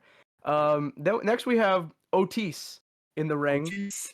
before his match with the World Heavyweight Champion Gunther, because they have this Why not? feud with Alpha Academy. Well, he right choked now. out Tozawa last week. Yeah. Well, So Gunther started it technically. You're right. Oh, he absolutely did start it. He instigated this. And you know what? I love these segments because while they are kind of just turning Gunther into a chicken shit heel, it's also helping like a guy like Otis, who's been deserving of a push for a long time, show that the crowd is still behind him. Mm-hmm. Because they were going nuts for that big fella. That chop fest that they had in the middle of the ring, and Otis was like, "Son of a bitch!" Rips his shirt off and just starts going ham. I love Otis. I really Otis do. is great. Otis is so great. He on the top 5 fat guy list? No, not quite. He doesn't Not have quite? enough Oh, man. accolades. He's 10? Top 10? Maybe? There's a lot of 15? popular fat guys. 20? There's a lot of good. There's a lot of big fat guys. Is he Lot of- in the 100, Logan? Absolutely, he's in the 100. I can't name 100 fat Coming to the guys. Patreon, Logan's top 100 fat guy list. Dude, Myself make at it a number whole one. episode about that, please. Top 100 fat guy wrestlers. Emil will be back. We just put it in the credits. It doesn't Emil even will have to be back. like wrestlers. It could just be like top 10 or like top 100 fat people. There's. Oh my god, There's so Emil, many. put us back on the tracks. Yeah, we're going back on track. Gunther, he's coming out. He's saying, Otis, you are a clown. And just like Jey Uso, and I'm going to beat Jey Uso at WrestleMania. And the crowd pities you. Yap. Then, yap. Does this little Gunther thing. We have that chop fest in the middle of the match. And Gunther would hit a power bomb to end the match, and he would choke out Otis, as he did Tozawa the week before. And after the match, Tozawa he would jumped attack. on Gunther's back, and then he just hit Tozawa with a power bomb onto Gunther. And I know why they do it, but it's so funny. Before a power bomb onto somebody, you could see Mhm. Otis like squeeze. He just tensed. He's like, "God, this is not gonna feel good." Well, before they got to the point where he slammed Otis onto Tozawa, you hear main event Jey Uso's music hit, and he rushes to Gunther, and he hits a spear, and then celebrates a little bit before A-Town Down Under attacks him, and then Gunther comes back for seconds and chokes out Jey. This is what I'm talking about with that chicken shit heel thing. I said this in the episode last week, but both Gunther and Cody's reigns have suffered from Triple H's refusal to put them against top guys. Mm-hmm. Because I think Gunther versus Randy was his best match of this title reign. Fantastic. I love that It match. was a great match. And by the way, Randy has not won a pay-per-view match since he came back. Mm-hmm. That's crazy to think about. It's crazy, but you don't think about it because he's literally Randy Orton, Right, and if he he's also, loses, like, at least he looks 50. cool. Yeah. He's at a point where wins and losses are not as important. Mm-hmm. But yeah, Gunther choked out Jey. Then we get package for the main event. Yeah. That we get a package for the main event between Io and Rhea, which Rhea's definitely gonna win, right, guys? Right. Somebody, Right. somebody Wink, tweeted out wink. during her entrance because she bites the title. She's like, Mhm. "Calm down, girl. No one's gonna take it from you." Wink, wink. Nudge, nudge. Wink, wink. Next, there is man. a. Oops, sorry.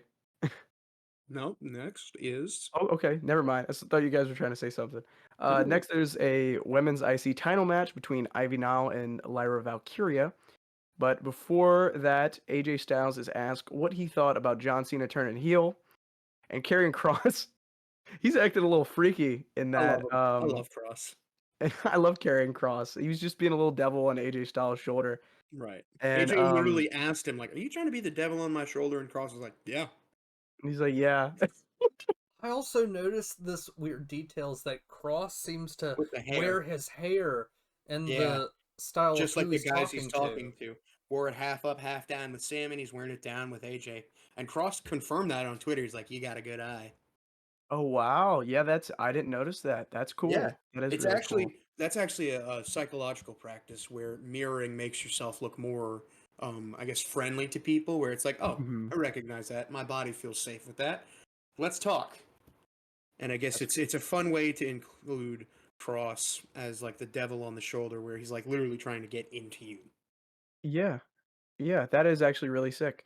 But he, I guess, persuades. But I think AJ Styles is gonna do this anyway. Oh yeah. Um, he persuades AJ, and I think he's gonna call out Logan Paul in Madison Square Garden next week. If they're gonna have a match, who knows? Ah, hell yeah. Then yeah, Will it be then better than we Will it be better than AJ Styles' best WrestleMania match against Shane McMahon? the best in the world, That is Shane McMahon. unironic. That is depressing. That of all the matches AJ's had at Mania, that his match against Shane McMahon is the best one. That's just Absolutely sad. terrible, man. Oh my god. But I mean, he also did come into the company like at 40. Hmm. So it's Man, he joined when a lot of people were past their prime. he was supposed to Yeah, have that banger with Shinsuke, man. Oh my god. Why did Shinsuke not win that title? I don't know, man. Hey, Vince he also literally, had the Boneyard match, I guess. yeah, So yeah, he's main evented WrestleMania. That was a it, cool match, even though it was a video match. it was, and that was a victim of COVID. He's got Hmm. the most weird WrestleMania history He He really does. does. because He he was really supposed to does. have that amazing match with Shinsuke.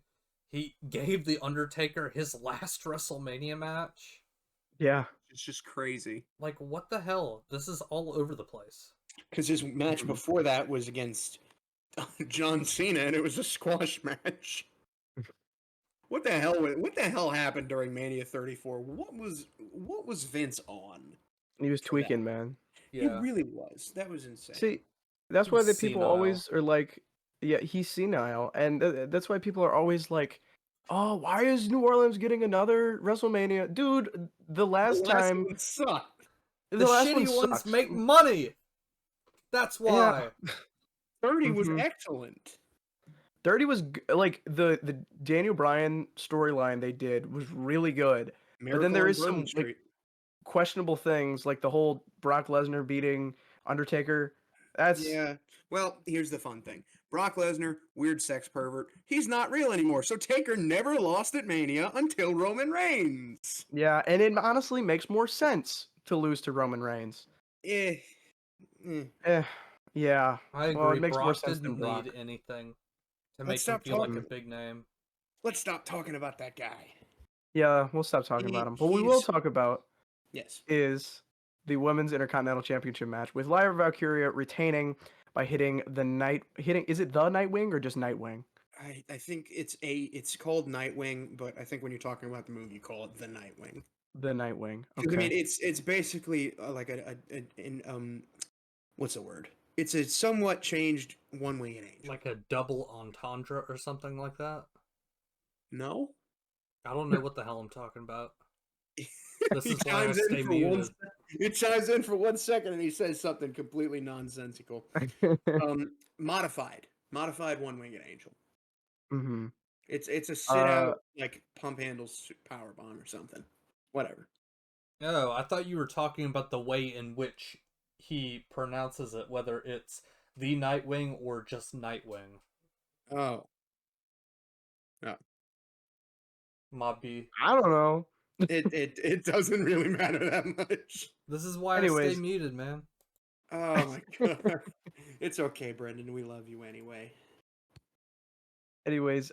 Jackie Redmond, I believe her last name is interviewing Rollins backstage, and again, we get another crazy brawl between CM Punk and Seth Rollins. These I guys were love going it. crazy that night, and then after commercial break, we get confirmed that there will be a steel cage match in Madison Square Garden, and that we will only assume is probably going to be the main event next week.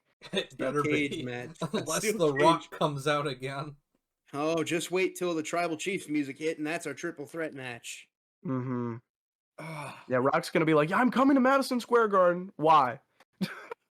It's always whenever promote Punk's his main eventing, I tequila. swear. to It's promote his always tequila this guy. or red one. The red one, which they What referenced at Elimination Chamber, and I took a picture of my screen. what other movies is he in that are out right now? Man, I don't know. Moana 2. Moana 2, and then they're filming the live action one. Jesus. Yeah. I don't know. Next we have a promo from Ludwig, which is good. I'm glad he didn't just lose a match this week. Hey, he won the week before. He did win the week before, and that's how you beat an unstoppable person like Penta and Jacob Fatu. They Triple reused threat. that. Triple threat. That's what we're doing this week. Yep. I beat the unstoppable Brendan. Oh my god. Anyways, That's not gonna work for me, brother. that's not gonna work for me, brother.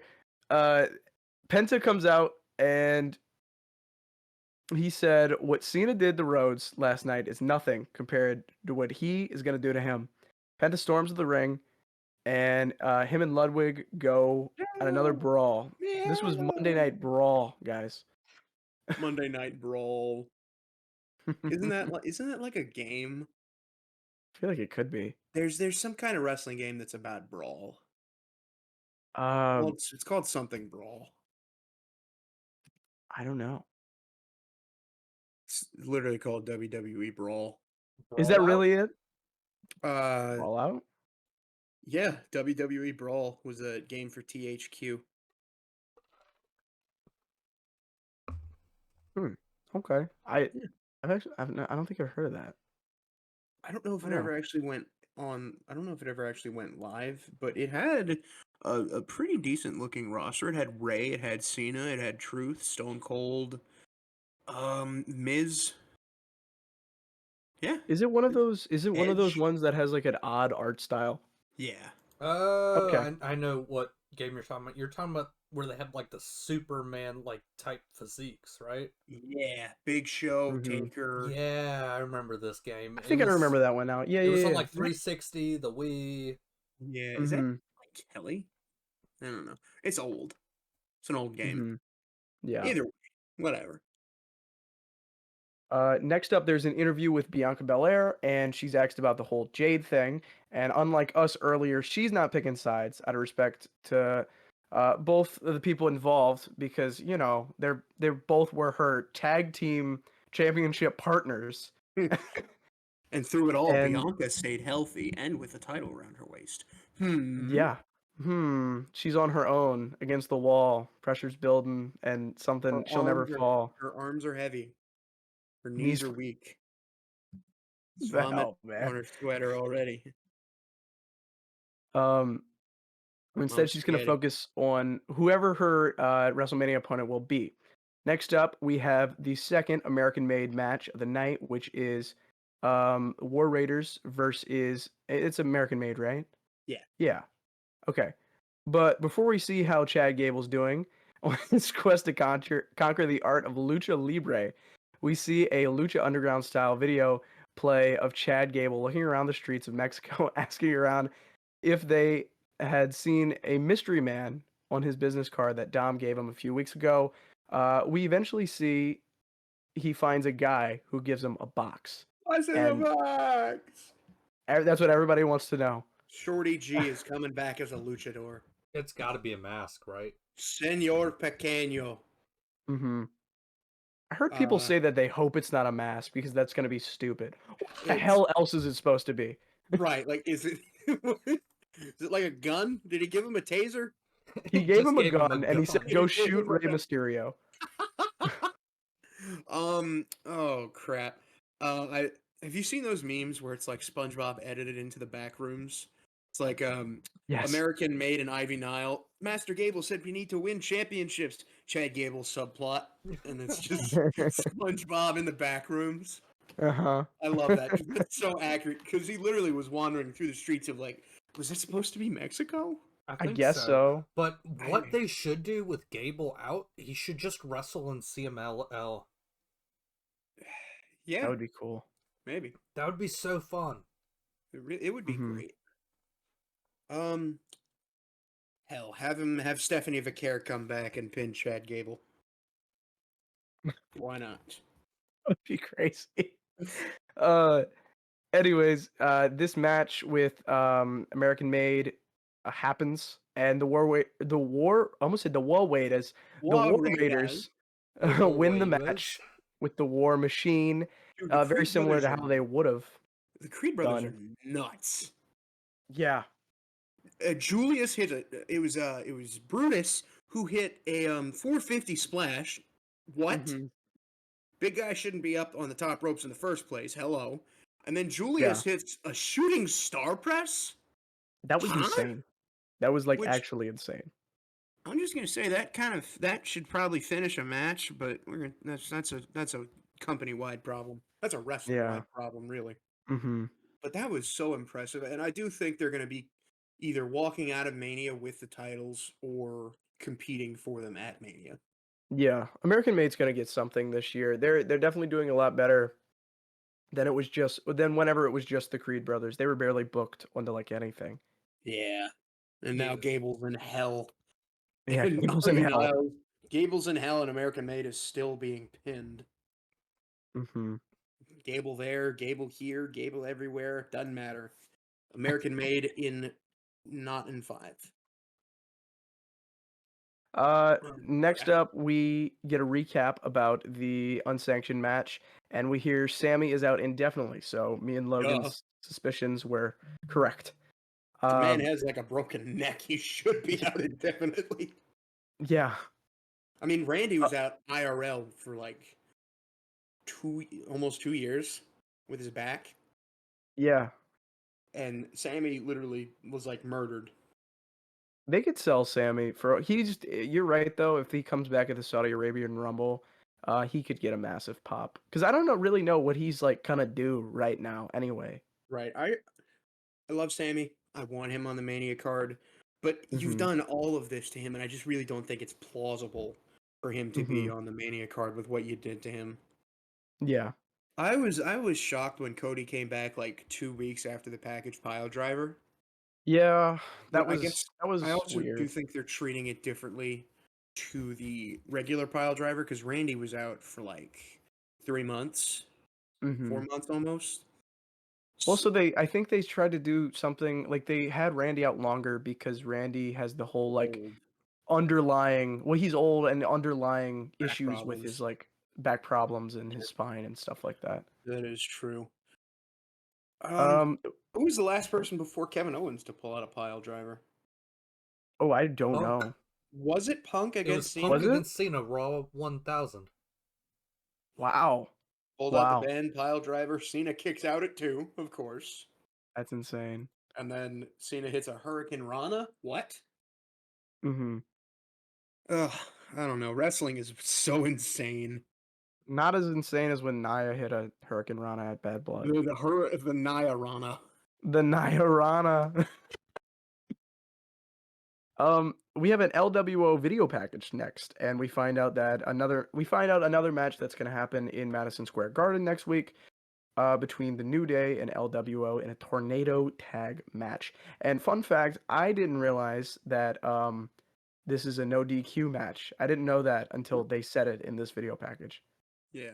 I just thought it was everybody fights at the same time. I mean, that is pretty much it, but that's also part of the no DQ thing. Mhm. My friend Andrew, not the Andrew you and I know, Emil, but my friend Yeah. Andrew texted me, and he was like, "I forgot WWE. I didn't think WWE remembered that tornado tag matches were a thing." I love tornado tag matches. And I think they're I swear sometimes they better. had one last year. They did. I remember. I think it was like right Was it a as when women's they had the match? whole. Well, I remember the one that they did with if they were American made or they were the Creed brothers at the time. They did Creed brothers versus Alpha Academy when they had the whole Wyatt Six storyline going on. Right. I remember that because I think I was like on vacation when they did that match, and I Yeah. watched it, so that's why I remember it. Like I'm just thinking they definitely had one in the last Mhm. year. Yeah, they I just just don't can't do them remember. often. They don't, because I mean, also with some stipulations, you have the problem of overuse, like what they did to Hell in a Cell. Mm-hmm. Hell in a Cell becoming a pay-per-view was a mistake. Yeah. That should be the end all be all. And Mhm. I think your boy and Drew made it that again.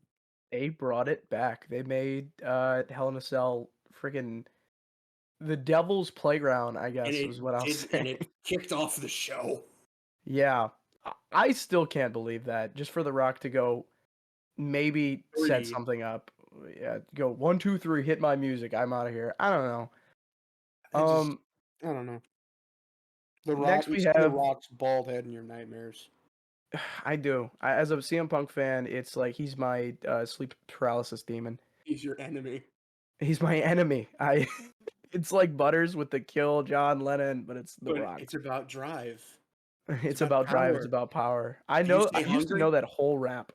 It's about drive. I It's about devour. power. We stay hungry. We devour. I wonder if that's Hours a copyrighted day and if we with can play hours. it. Like it's a moment in my veins. My culture's banging with strength. I Say the feel future. What's like my motherfucking name? Rock. it probably is because it's not just a random rap he did. It was I don't know. it was like an insert in a song, I think.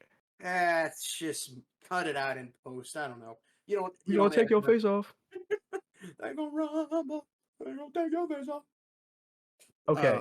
God. Where were we? So one of my least favorite things about Raw being on Netflix is the fact that they do all these interviews during commercial, and I think Yeah. this this sucks It because does. literally they had an interview with Braun Breaker that's interrupted by Finn Balor, and we just get to see what happens after In the the middle of interruption. commercial. In the middle of commercial, this But they all bring happens. us back in the middle of the interview. Yeah, Mhm. it's so stupid. It's It really terrible. is. I'm at some point I'm gonna have to start um watching VPN. Raw in other methods. Yeah, using a VPN or something else. Which brings us to our sponsor. Raid Shadow Legends. Dude, announcing the sponsor this late in the pod is crazy work. We don't have. We have 8 Yeah, we don't subscribers. have We don't have a sponsors. sponsor. Yeah, no, I know. You don't even have Um, a sponsor, and you're way bigger than us. yeah, I don't know how to get those. Anyways, I think you have to email you. I think so, They do. but I probably should make my email like public or something. But that's besides the point. Maybe. We have a Braun Breaker beatdown of the Judgment Day, and well, it's mainly of Carlito. Poor Carlito. Mhm, He came back to take bumps and lose. mhm. But he gets to play his PlayStation. I wonder if next week, not next week, I think the week after, he'll probably get to play 2K25 instead of 24. They've been playing 2K25. They No, he's have? been playing 24. No, He's they been had an playing intergender 24. match. They were playing 25. Oh, really? They had Oh, an man. intergender match. See, I didn't see that. Maybe they got exclusive stuff. Next week, Braun Breaker I mean, they destroys do. Carlito's PS5. It's probably no, That's insane. not again. Oh shoot. But next, we have an interview with Jey Uso about Alpha Academy, and Kathy Kelly, who asks if the attack from Gunther throws him off his game. Who said he says it does a little bit, but after Gunther said he was gonna give him 10 weeks of hell, he's gonna walk through the valley of shadow of death and win the title at Mania. He's, One word, 4 letters, yeet, and then he walks into the cold without a shirt. he is such a better promo when he doesn't say yeet every 5 words. Yeah, he can Agreed. punctuate it with yeet. I'm fine with Yeah, that. and I thought that hit. That was a good exclamation point. But that promo was like I was captivated. And then when Sometimes I sometimes hate on Jey Uso. However, I think that he is so over, at least in my mind, oh yeah, because there will be random ticks where I just start yeeting, and I'm just like, why right. am I doing this right now? Or I'll do the yeet, Whoop, yeet. yeet. Yeah. Main event time. Io Sky wins the world title. We all knew this. We all knew Holy this, but we didn't shit. know this whenever that was gonna happen. That was surprising for me. It really was because Rhea's title reign was 56 days. Rhea is like Mhm. Triple H's girl. Yeah, Like he loves her. I think he might love Io Sky just a little bit more if he saw that he that might. tweet he put out. They were Mhm. smiling so damn wide. He loves Yeah. him. He loves his Japanese wrestlers. He would have put Shinsuke over. He would have. He did. He did. Yeah, Um, he gave Shinsuke a crazy cool gimmick too. yeah, I can tell you verbatim my reaction when this happened. It was like, oh my god, EO, oh my god, holy shit, 1, 2, holy Christ, As soon as the DQ didn't happen in the dude, main event, I was like, I love I Jesse. love that. I I also love love it. that. But I Referee's I was just like, discretion. okay. I was like, okay, somebody's gonna interfere, or is Rhea gonna lose? Right. Like her dropping the title on Raw? That That's was crazy. crazy. Hmm. And I love it. I I love love it too. because it adds to the unpredictability aspect of WWE. I think Trips has been on a run lately. He's hearing the complaints from the internet. He's like, "Oh, it's too predictable." Here, Jey Uso wins the Rumble. Oh, you didn't like that? Okay, here's this. John Cena turns heel. Oh, you didn't like that? Here's this. Io Sky is the women's champion. He's been going crazy, and I love He the any has. given week thing coming back. Right. Because it makes the TV matter. It's something Hmm. I do think that since pay per view has become kind of a thing of the past and it's all on Peacock now, it's made it easier for them to put big matches on pay per view because not everybody can't watch them Hmm. because of the exorbitant prices. Now they just got to pay like $8 a month for Peacock, Yeah. and but I still love this. The match had its botches here and there, but it Hmm. was still a damn good match. Yeah. EO is now 4-0 against Rhea. That's awesome. That's crazy. I want this triple threat at Mania so bad. Me too. I want it. I want it like I need air. Give them the night one main event. Honestly. Hell, you know what? Give them night 2 main event. Yeah. Give us That's give us crazy. WrestleMania Evolution. All women. Yeah, Make put it happen. Cena and Cody on Smackdown before Put Cena WrestleMania. and Cody on Dynamite. Collision. Put them on Evolve. But yeah, I mean, it's like what I'm talking about with Triple H being a long-term booker. We joked about Cena being a heel this whole time as part of that plan, but Hmm. it's just it's really funny how he clearly saw all the criticism on Twitter because he said, "Yeah, watch this." Yeah, and then he When started saying, "This is gonna be an industry-changing event tonight." he did not lie. I mean, No. no, he was really not bullshitting about that Hmm. at all. He was dead serious. Yeah. But I mean, that's it for Monday Night Raw, and what a Raw it was. Now Hmm. on to NXT. Of course, we start off the show with a recap of last week in Cincinnati. Stephanie Vaquer becoming the Women's North American Champion. The Hardy Boys versus No Quarter Catch Crew. Lexis King versus Moose for the TNA title. Ricky Saints' debut, along with the matches we already have set for Roadblock. This week, we're back in the Performance Center, and Lillian Garcia is doing ring announcing tonight. Yeah, and you love to hear her announce Chelsea Green, who is tagging with Piper Niven to face Soul and Zarya, who have yet to have an official tag name, but They just trademarked Fraxium. They're probably not going to have a name for a while. Yeah. It's a lot. Hmm. Oh man.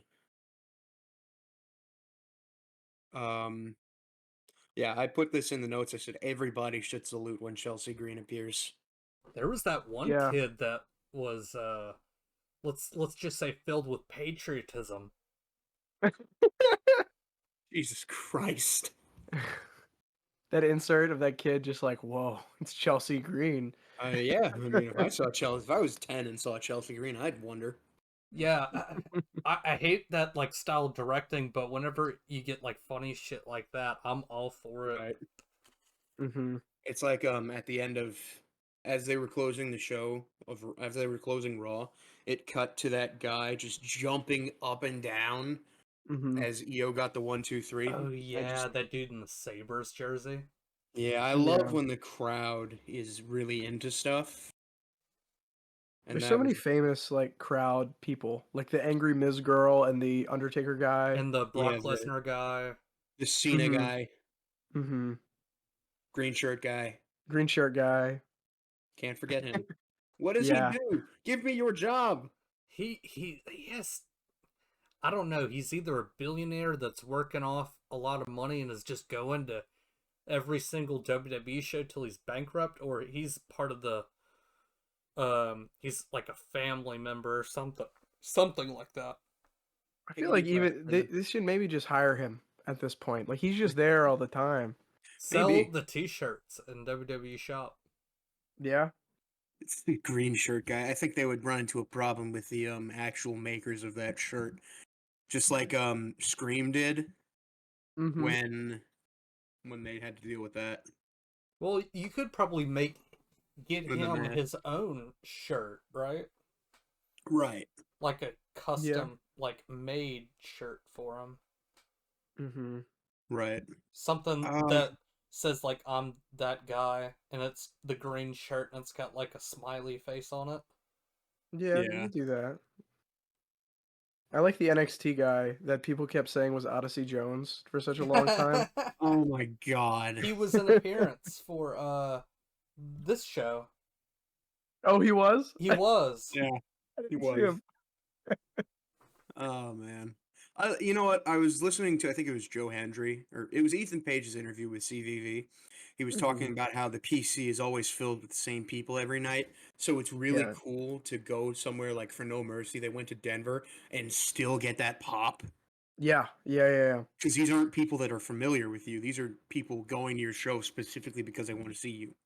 It doesn't feel like a echo chamber. It feels like oh wow, I'm actually doing something in this Right. world of Like professional wrestling. I can only imagine how Joe Hendry felt when his music hit for the Rumble and people Oh sang man. it. Yeah. Because And the pop he got in Denver for No Mercy was pretty good. And the pop he got when he first appeared at the PC was really good. But for a stadium of, what was that, 60,000 people It was a to be lot. singing I Believe in Joe Hendry, that's got to be enough to make a man cry. oh yeah. I- He was smiling, and I don't I think it would was be, just part of the character. I'd be He was cheesing smiling too. so big. Be like, they love me. They know me. Oh, man. Brandon, on with the match. Yes, that match. It was made last week after backstage confrontation between the two groups, and I, for one, believe that everyone should salute Chelsea Green whenever she appears. I concur. Mhm. Piper Niven, she deserves more credit and love, and everyone in this match does, but especially her in this match. Yeah, Piper is. I'm loving kind of what they're doing with Raquel lately, but Piper's a much better security guard than Raquel is. Absolutely. Piper, they gave her a taser. Who gave her a taser last week? I don't know, but I'm scared. I want her to use it on me. What? What? Huh? What? What? What? What? What? What? What? What? Welcome Oh, to the okay, what now. section of the podcast. The the screensaver's bouncing around our brains right now. Yeah, we go Just our insane like one over brain 2 hours cells. in. It's I called know, right? wrestling psychosis. It's hilarious. Oh God. But Zarya used Piper like a wrecking ball in this match, and Chelsea got busted open. Let the women bleed. Let them Mhm. bleed. They It That was had to have crazy. been busted open hard way. I think so, yeah. Well, I mean, she had a bloody nose, so I'm assuming Yeah, it was the hard way. Mhm. I was scared at first that it was a tooth, but then I Yeah. noticed that it was kind of coming down from her nose, which Yeah. made me feel a little bit better. Tell you what, back Mhm. on the Liv Morgan train, I think she would be great at blading. Honestly, she keeps getting busted open. I think they just need to let her do it on purpose at this point. She's got to be on Yeah. like blood thinners or something. Like I the don't way she know. gets busted open all the time, man. It's crazy. It really That is. time with Io Sky, wait, was it like a tag team match against Damage Control or something Yes, like that that? was. Yeah. Yeah, Yeah, that was crazy when she got like her busted eyebrow or open. something cut open. Yeah. Yeah, it's so crazy, and she does. Brennan and I have been over this, but I have this thing where I think blood makes people look hotter. It looks good on her. Red is red is a good color for her. Mhm. I was the worst when I saw McIntyre like sitting in the corner with his arms on the ropes at Hell in a Cell. Dude, he was Yeah. hot and bothered. I'm not even really into men, but like, come get me, daddy. I don't know. That dude, Drew's a big, sexy Scottish man. Yeah, there was a pop for sure in New Orleans whenever he took his kilt off. I popped. We talked about that on the episode. Like, I popped for I that. remember that. I was excited. I was cheering. Sexy McIntyre for us. Mm-hmm. And I mean, Emil, you can confirm, because you're from UNO, everybody in New Orleans is a gooner. Yeah. Yeah. They're all gooners in New Orleans. They're crazy. Jesus. Especially during Mardi Gras. Oh my god, that's when they get. It always brings me back to that Family Guy bit where Stewie is in Mardi Gras and they're like, "Show us your boobs." He's like, "My boobs." He takes his shirt off and they throw him beads. He's like, "Oh, jewelry. Wonder what I can get for this." Drops his pants and he's like. Then they cut to him in prison. He's like, "The rules are very unclear in this city." Yeah. That's just truth. New Orleans is a cluster mess. It's crazy, dude. A flustercluck, I'll call it. And that's why it's hosting Cluster New Orleans. fuck. That's why it's hosting Mania. Damn Skippy. Yeah. Oh my god. But Brendan, I told you about the Soul Snatcher before you watched. You've seen it a couple of times. What do you think? It is amazing. It really is. It's such a good finisher. Like I don't know how she came up with it. I mean, she's a real like surfer girl gymnast. I'm sure she was just like, I wonder if I can do this. And then she did it. Mm-hmm. She's like, now I just need to do it consistently. But yeah, And the she match does it ended consistently. after she hit Soul Snatcher and pinned the US champ clean. Give me that match, please. Yeah. Give me that They've got to match. do that. They've got to. This would be a good. I'm not sure they're gonna do it, but this would be a good opportunity to move Soul to the main roster and like open some things up. I do think she should win singles gold in NXT before she moves up, but the women's division in NXT is so crowded that it's gonna be Mhm. hard for her to get an opportunity. So to put her on like SmackDown with the women's US title, I think would be really cool. I I would sometimes. agree. Oh, Go ahead, yeah. Brent. I agree too. Oh, sorry. No, you go ahead. No, I agree with Brendan. I think that's a good opportunity. I also think that they should just start treating NXT Right. more like a third brand, you know, and just let people float sometimes if they're like kind of ready, just to test Yeah. them out. I mean, that's kind of what they were doing with Meta-4 Yeah, when they yeah, had those yeah. tag matches. I honestly thought that Lash Legend and Jakara Jackson were going to move up to the main roster at the start of the new year, Hmm. especially after if they had beaten not Jaden Bianca, Naomi and Bianca for the titles, I would have been happy about that because they deserve Yeah. main roster shine. The women's division, I'm going to champion this until the sun explodes or until I'm wrong, is the best division in all of wrestling. For sure, the NXT one. Yeah, That's that's what I mean. The women's NXT division is the best Mhm. division in wrestling. It's so Yeah. absurd I Mhm. because concur. there's so much talent coming in. There's so much talent already there. And a match like this for Soul would be a good opportunity to I don't want to say clear space, but also to get some star power in that women's locker room on SmackDown, more star power, and open a spot up for someone else on the NXT women's division. Yeah. But I know I keep yapping. I'm sorry, but about your point about them treating NXT like a third brand, I feel like we're going to see that more, especially with Evolve coming out. I think the Mhm. first episode's actually Thursday, tomorrow I for think us. so. Yeah.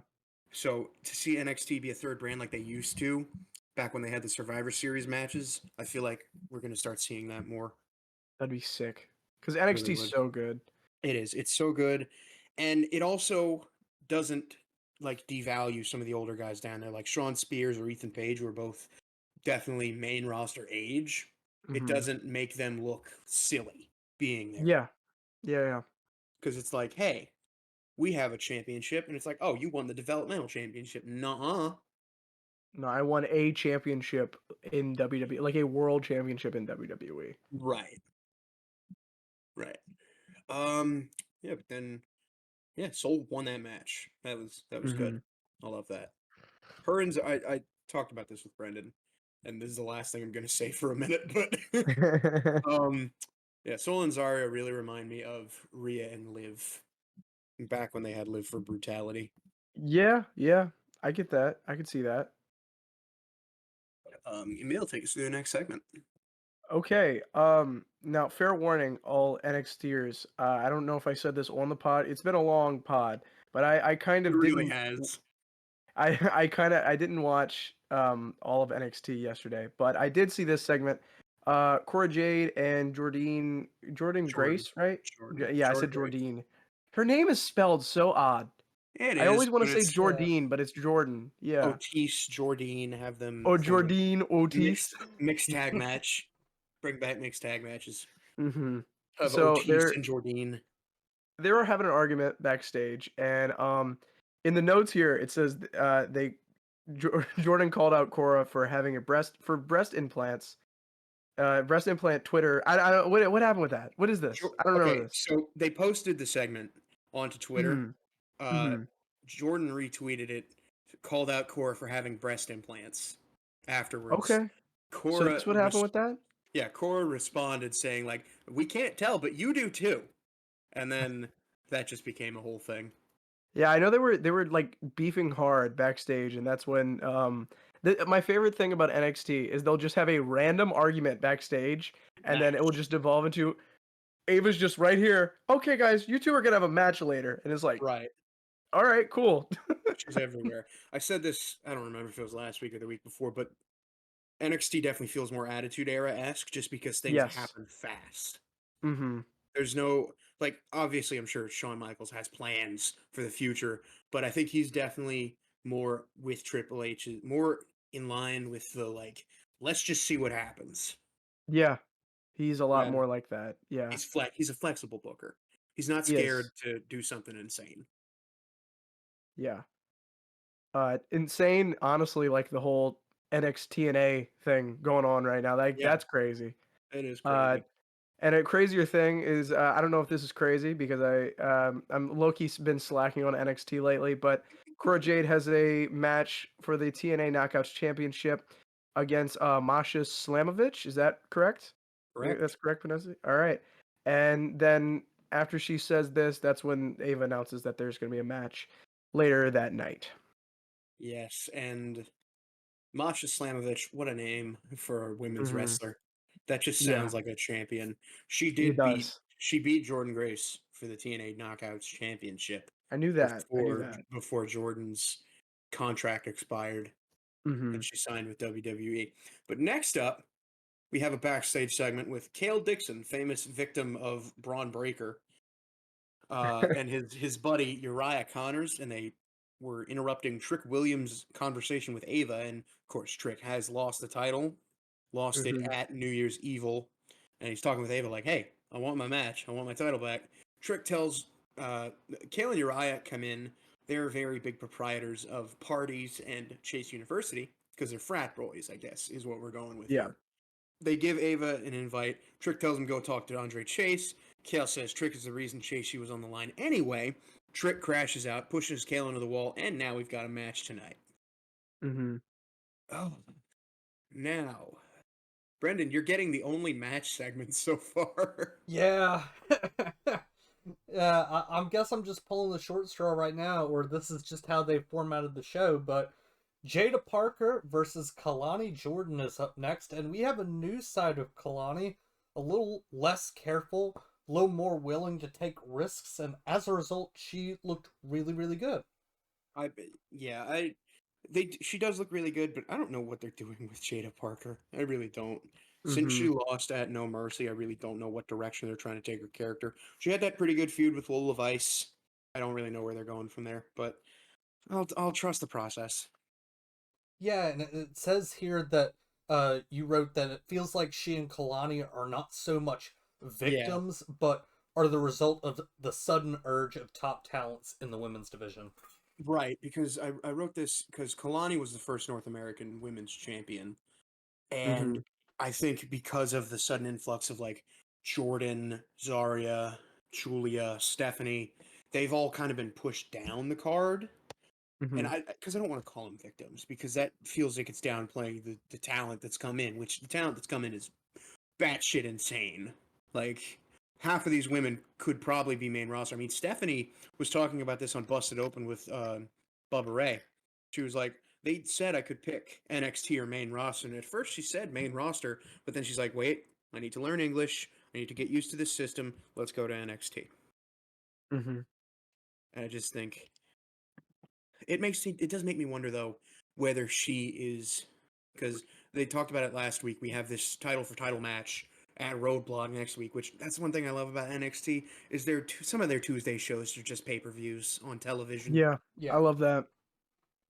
Like Spring Breakin', Roadblock, Mhm. Vengeance Day was a Tuesday. It's some of their shows just feel like pay-per-views. Yeah. Not Vengeance Day, New Year's Evil. Yeah, New Year's Evil. Yeah. Vengeance Day was a pay-per-view. It was. Yeah. That was a Yeah. Saturday thing. What happened in this match, Brendan? Lonnie hits a top rope Spanish fly, which you said, honestly, she might do better than Axiom. Excuse me. Yeah, and that's it's a hard call because both of them do it really well, but I feel like she's smoother with it. Maybe I've just seen Axiom do it because some of the guys he fights are so damn big.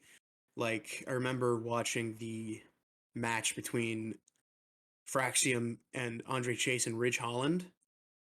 Axiom kind of stumbles on the top rope because Ridge is just so huge as a human being. But then you have Lonnie and Jada, who I'm never going to talk about a woman's weight because that's impolite. I'm never going to talk about anyone's weight, really. But they're definitely not as big as Ridge Holland. And it's just she does it so succinctly. It's like one move, flip. Mhm. Rather Axiom, I think he's definitely takes more time to stand up and be like, all right, Spanish fly, here we go. Mhm. But in the match, Parker went for Hypnotic. She hit the first, but she missed the second one, and she flew into the steps. Yeah, that was after the action had spilled outside. And just it's so funny how her finisher is just ass attack. It is. It's just throwing her ass at you. Yeah, I told you, Brendan, you were gonna like the NXT finishers. Oh yeah, they're pretty cool. I can't complain. Yeah, Booker T likes him. Booker T is a gooner, man. he really is. He sleeps on the couch most nights, I'm sure. I heard Oh, that yeah. comment like last Yeah, week or Corey something. Graves said that. He's like, "Oh, Booker, you're gonna sleep on the couch again?" Like, oh my god, I love Booker. I But really do. Lonnie went for the 450. Knees went up. Jada hits Hypnotic and gets the 1-2-3 to win the match. Jada calls out Julia and Stephanie after the match and says that she's going to be watching their match at Roadblock very carefully. Sure, Jada. Look, that's not a diss on Jada Parker, but like, the top of the women's division is so chock full. And I love Jada. I think she's going to be a future NXT Women's Champion. But there's no damn way that she's going to take both titles off of either woman if it does in fact turn into a two belt winner. Mhm. Not right now, at least. Yeah. Oh man, But is it my turn next? it is your turn. Okay. Is this Okay, about when? so Is this about when you tuned out? well, okay, I don't really know how to say Kelly here's last name. Kincaid, is that it? Yeah, Kincaid, like Okay. Dalton Kincaid. Okay, I thought I was right. Anyways, there was the D'Angelo family segment backstage. I did see this. And Kelly Kincaid is back. And regarding Izzy Dame, dude, I swear I watch NXT almost every week, and sometimes I don't know who the hell they're talking about. Yeah, Izzy Dame is. She's the one who stabbed Tony in the back with the Yeah. Okay. crowbar. Okay. That's, Yeah. that's the Okay, I only remember reason that. I know her. Joined strong. She's also, I think, Braun Breaker's girlfriend. Oh, seriously? Okay. That's pretty cool. Oh wow, I didn't know that. I Okay. think so. Let me check real quick. But Uh, while Logan's checking that, team. Yes. Tony says that he would give his thoughts on her, but if you got nothing good to say about a woman, don't say anything, and he moves on. And then He said he had a lot to say though. yeah, he had a lot to say That is a about good rule her. of thumb. That's a good rule of thumb with anybody. If you got nothing good to say, don't say anything. Mm-hmm. And then the Don's back is iffy, but since he's here, Stax' decision is overruled, and there's only one family in NXT. Right. And Yeah. yeah, that family is weird. Then we get an Obafemi interview, and I love what they do in NXT where they have him like stand in front of a podium like an actual athlete getting interviewed. Yeah. I like that, but it looked so weird from the camera that they were shooting. Like it was The almost lighting green was screened weird. in. Yeah, Like the lighting was the Mhm. weird. reporters. It just looked weird to me. Yeah, they did this during an Ava, or they did this after the Moose interview, but they cut to like the reporters, and there was like almost no one in there. Yeah, Like that's what three I'm people in the saying. chairs. But yeah, Oba said he's fought men smaller, the same size, and even bigger than him, but he hits first and he hits hard. And he Oh. says when he gets his hands on Moose, he's Ooh. gonna regret leaving the NFL. Oh, And at MSG, he's gonna Ooh. walk in and out as NXT champion. oh. Ooh. Welcome to the Who section of the No Stipulation podcast. We are three monkeys in a cage, and somebody just threw in a banana. We're fighting over the banana. We're trying to see who goes over. It's me. I'll let you get the banana, Logan. You can go over. That's gonna work for me, brother. Am I taking the pin though? That's a different discussion. I don't know. Emil thinks he's the jobber. I think so. I'm just like the How long have hometown we- guy that showed up. How long have we been recording for? A Dude, I don't know. long I feel like time. It's at least 2 hours. I will be honest though, I did tune out after the Hardy Boys. This is where All right. I saw the Ethan Page thing. I saw All right. that after the. Okay. Okay. Well, then yeah, Brendan, take this. I'll take the two things after, and then Emil can do the Ethan Page thing. Yeah, let's save comments until after this section right here. Right. Yeah. Yeah. All right. So the Hardy Boys segment. The crowd is chanting "Welcome home." The Hardy Boys were never in NXT before last week, but nevertheless they're back in WWE. The Hardy Boys, they love the passion and they feel the fire in NXT. Hank and Tank, they come out not to disrespect the Hardys, but to get advice from these so-called goats. They're missing something and they want to know what they have to do. Matt says the respect is mutual and they got to break the norm. And Jeff says that they need to take it to the extreme. Hank wonders if it's tables, ladders, and chairs. Matt says extreme is just more than that. It's beyond yourself.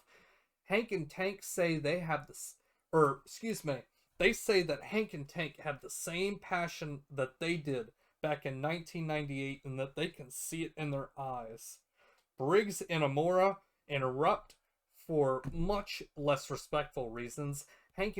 They say Hank and Tank need to stop kissing ass, and they give Hank and Tank some advice of their own. Briggs and Amora are taking a title shot against the Hardys. Hank and Tank dive out of the ring and brawling breaks out as the Hardys watch and call out Fraxium, who are already behind them. And both teams decide to put it to bed to decide who the best tag team in the world really is. We're getting that match next Tuesday, which, oh my god. I'm excited. That's going to be such a great match. Guys, I don't mean to kill the vibe, but I saw this tweet from Wrestle Features. 8 years ago today, Goldberg defeated Kevin Owens in 22 seconds to win the Universal title. Oh God. God, that is Yeah. a bummer. I That know, is a I'm bummer, sorry. dude. We were just I'm talking sorry. about Fraxium versus the Hardy Boys, and you brought that up. It's part of wrestling history, though. I'm Yeah, sorry. you're right. Yeah, Yeah, you're you right. must Sorry. be fun at parties. I'll get us back on track. We get a package for Stephanie and Julia. Triple H said it's arguably the biggest match in NXT history, and it's going to determine the future of the women's division. in WWE as a whole. And I did see rumors that Julia is injured, and maybe this is a way to get her off TV or get her up to the Saw main those roster too. after Mania. Hmm. I'm not What'd you say, man? sure. Not I sure. saw those rumors as well. That's Yeah. why I think Stephanie may get the dub in this, and it's not gonna. It might just be so Julia can. Yeah. Get off TV for a little bit. Hmm. I don't know. If she's not hurt, I do feel like it's going to end in a no contest. Yeah. Because I feel like merging the belts at this point just feels too damn fast. It does. Yeah. It does. This Because women's the division women's is too and stacked. right, the North American Women's Championship has been around since like May. It's been around for like less than a year. They don't need to merge it with the NXT Women's Championship already. Hmm. It's too soon. But after this, we get the Jordan Grace Cora Jade match. Masha Slamovich was in the audience, and the match was going on, and then they ended up getting referee stoppage, and the medical team was talking to Cora Jade. And I wrote here that I really hope she's not out long term, because somebody read her lips and said that her knee, it's effed up. But she did tweet out the show. She did tweet out after the show that she was okay and just got shook a little bit. And somebody in the medical staff confirmed that it was a head injury, actually. Mm. Okay, So, well, I guess that's better news. I mean, you don't like to hear yeah, that somebody got roughed up in the ring on accident, right. but But still, better, to but hear for someone that who's had 2 major knee injuries, exactly. I'm glad that she's at least okay enough to, you know, get out of this. You want But to take this next one, Emil? Yeah, yeah, this is the I got last thing this. you saw. Yeah, this is about when I stopped watching because I'm a big Ethan Page fan. Mhm. This was one of those like Zoom call type interviews Seth that Rollins, Matt WWE will Riddle. sometimes do. Yeah, Yeah, Riddle Matt and Riddle, Seth Rollins. Rollins type. Hmm. Oh boy, Where they got to get them far away because they like kind of hate each other. Um, Riddle never this is stood a where chance, dude. He had beef with Rollins and Reigns. He never stood a chance. Dude, that yeah. is like the two worst people to get heat with. Hmm. It's crazy. Uh, however, this Zoom call segment does get confirmed that there will be a no DQ match at NXT I almost said Roblox. That's not it. Roadblock. NXT Roblox. NXT NXT Roblox. Roblox. God, we've been filming for too long. Dude, yes. This is what happened Anyways, when you put us 3 together. Oh my god. having a Oh my great time goodness. though. It's Oh like a yeah, this is Um, awesome. box full of I cats. sure hope people are still watching at this point. If they're still here, thank you, viewers. We love you. Thank Thank you, you, viewers. Thank Thank you. We you put out Here's a content viewer. for you. kiss on the forehead. Mwah. But yeah, Ethan, basically what's happening here, Ethan Page doesn't like he's beefing with Javon because he's like, dude, what do you know about being a father and why are you trying to come talk down to me and stuff like that back in December. So but Javon, he couldn't talk for 3 months because of Ethan breaking his jaw and stuff like that. This podcast is really long. this and basically they're pissed. They're pissed at each other because of all the reasons that have been the reasons for the past 3 months. No smiles. No smiles. He took his smile away. Okay, let's just bounce back and forth, Brendan. Let's get this thing over with. I gotcha. Just ping pong. Yeah. Kale Dixon versus Trick Williams. It's Kale's first match on TV since Braun Breaker killed him. Trick shot out of the gates. Trick's crashing out. We get an immediate ref stoppage. Kale's dead again. Trick calls Eddie Thorpe out. Eddie's already out there. Eddie says Trick's not the man anymore, but he walks around as such. Eddie says he should be the guy, and it's going to be a definitive beatdown. And in 2 weeks, we're getting an underground match. Roxanne jumped Jordan Grace backstage with a chair, and then after that, we get news that the Undertaker will be at Roadblock. Yeah, that's going to be crazy. Then we get that Moose interview. He says the right opportunity came and he crossed the line from TNA to NXT. No bigger opportunity than Moose versus Oba. Ava says Roadblock is shaping up to the biggest show in NXT history. As Fatal Influence comes out, cuts her off, says Fallon Henley wants a rematch right the F now. We get Ridge and Ricky. Ricky tries for a fist bump. Ridge says he shouldn't be here. Ricky stumbles across Shawn Spears, and Shawn says the Revolution will be televised when he wins the North American title. Yep. Then we're getting Roxanne versus Jordan at Roadblock, along with a New York street fight between Ethan and Javon, which was added onto the already existing matches. And then we get our main event, which is Tony D'Angelo versus Sean Spears. Tony was locked on early, and I wrote this down. I wonder what Sean tells his barber for that haircut. Because he's got the mohawk with like strips of hair on the outside. What do you tell your barber? Give me the hawk with 2 strips outside. Oh no! Wait, say that again very slowly. Give me the hawk with the 2 strips on the outside. With the Tua hawk with the Tua, the I mohawk hate with the Tua. both of you so much. This is a 3-hour episode, and we still have time for No, stupid it's- shit like it's- this. It's not going to be 3 hours. We definitely need to upload clips of this to short form media. Bring the Oh boom! my god. Oh Jesus. We're gonna get to the memes later. Sean, he did the Italian hand gesture like the gabagool to the family. He told Sean told Tony, "Give up. You're nothing." Grabbed his face. Tony grabbed back, and they went blow for blow in the main event. I said Tony has a really clean spear and a spine buster. Spears locks in the sharpshooter, goes at Tony's bad back, but Tony powered out. Izzy tried to put Tony's foot on the rope, but Izzy tried to put Sean's foot on the rope. Sean was too far away from the rope, so he just kicked out. And then Adriano Rizzo comes flying out of the sky like a squirrel, and the families just fought back and forth.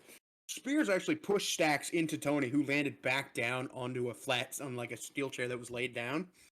And Spears hits the C4, but Tony kicked out. And Tony went for the spine buster to end it, but I think this is a good finish. Tony's back gave out, and Sean kind of just went with a Thez press, covered him for his first singles gold in NXT and like his first match in months. And I think Tony D'Angelo's a damn good seller. And it's going to be interesting to see this new group of underused wrestlers with Sean Spears. On to Roadblock. And finally, our 2 talking points before this this calamity of a show. AJ had an interview with CVV. Said he's going to retire before he turns 50, but he turns 48 really soon. And I don't know who wrote this. Funny Kevin Owens trading cards. Have y'all seen those? Yes, I've I seen have. them. That was you? That was you who wrote It was that? me. I wrote Yeah, that. That was. I've They're seen so them. funny. They are hilarious. They are. Like writing And stuff I like ate the soup bloodline once. isn't all related or something like that. Right. It's oh my god, it's a mess. I would do that too if I was a celebrity like him. Oh yeah. Yeah, I would. And speaking of messes, that wraps up this complete disaster of a beautiful thing that we have right here. It wasn't a disaster. It wasn't a disaster. It was a great long week of disaster. wrestling. It was a That's all. fun. It was a fun disaster, and I'm sure that people are going to be completely sane after listening to this episode. You Oh guys my need to do timestamps for sure. We've been filming for 3 hours. I will look into exploring We- timestamps on the If you upload want, for if you this need to know, episode. I can show you how to do them. if you Oh, need. thank you. Emil- Because we're Emil- definitely going to need to. Emil, Yes. plug yourself again so I can take us out of this. All right. As I said at the beginning of the podcast, if you're still watching, thank you so much. And if you enjoyed my commentary today, I do not talk about wrestling, but I talk about fun things like the Muppets. I'm on a bit of a hiatus right now, and I don't know when I'm going to come back. My channel is Emile, Emile, all capital. And my second channel is called Podag, where sometimes I will talk a little bit about wrestling. And from Emil and Brendan, I'm Logan. Thanks for listening. If you're still here, I don't know why you would be. This is insane. This has been No Stipulations. Good night, everybody.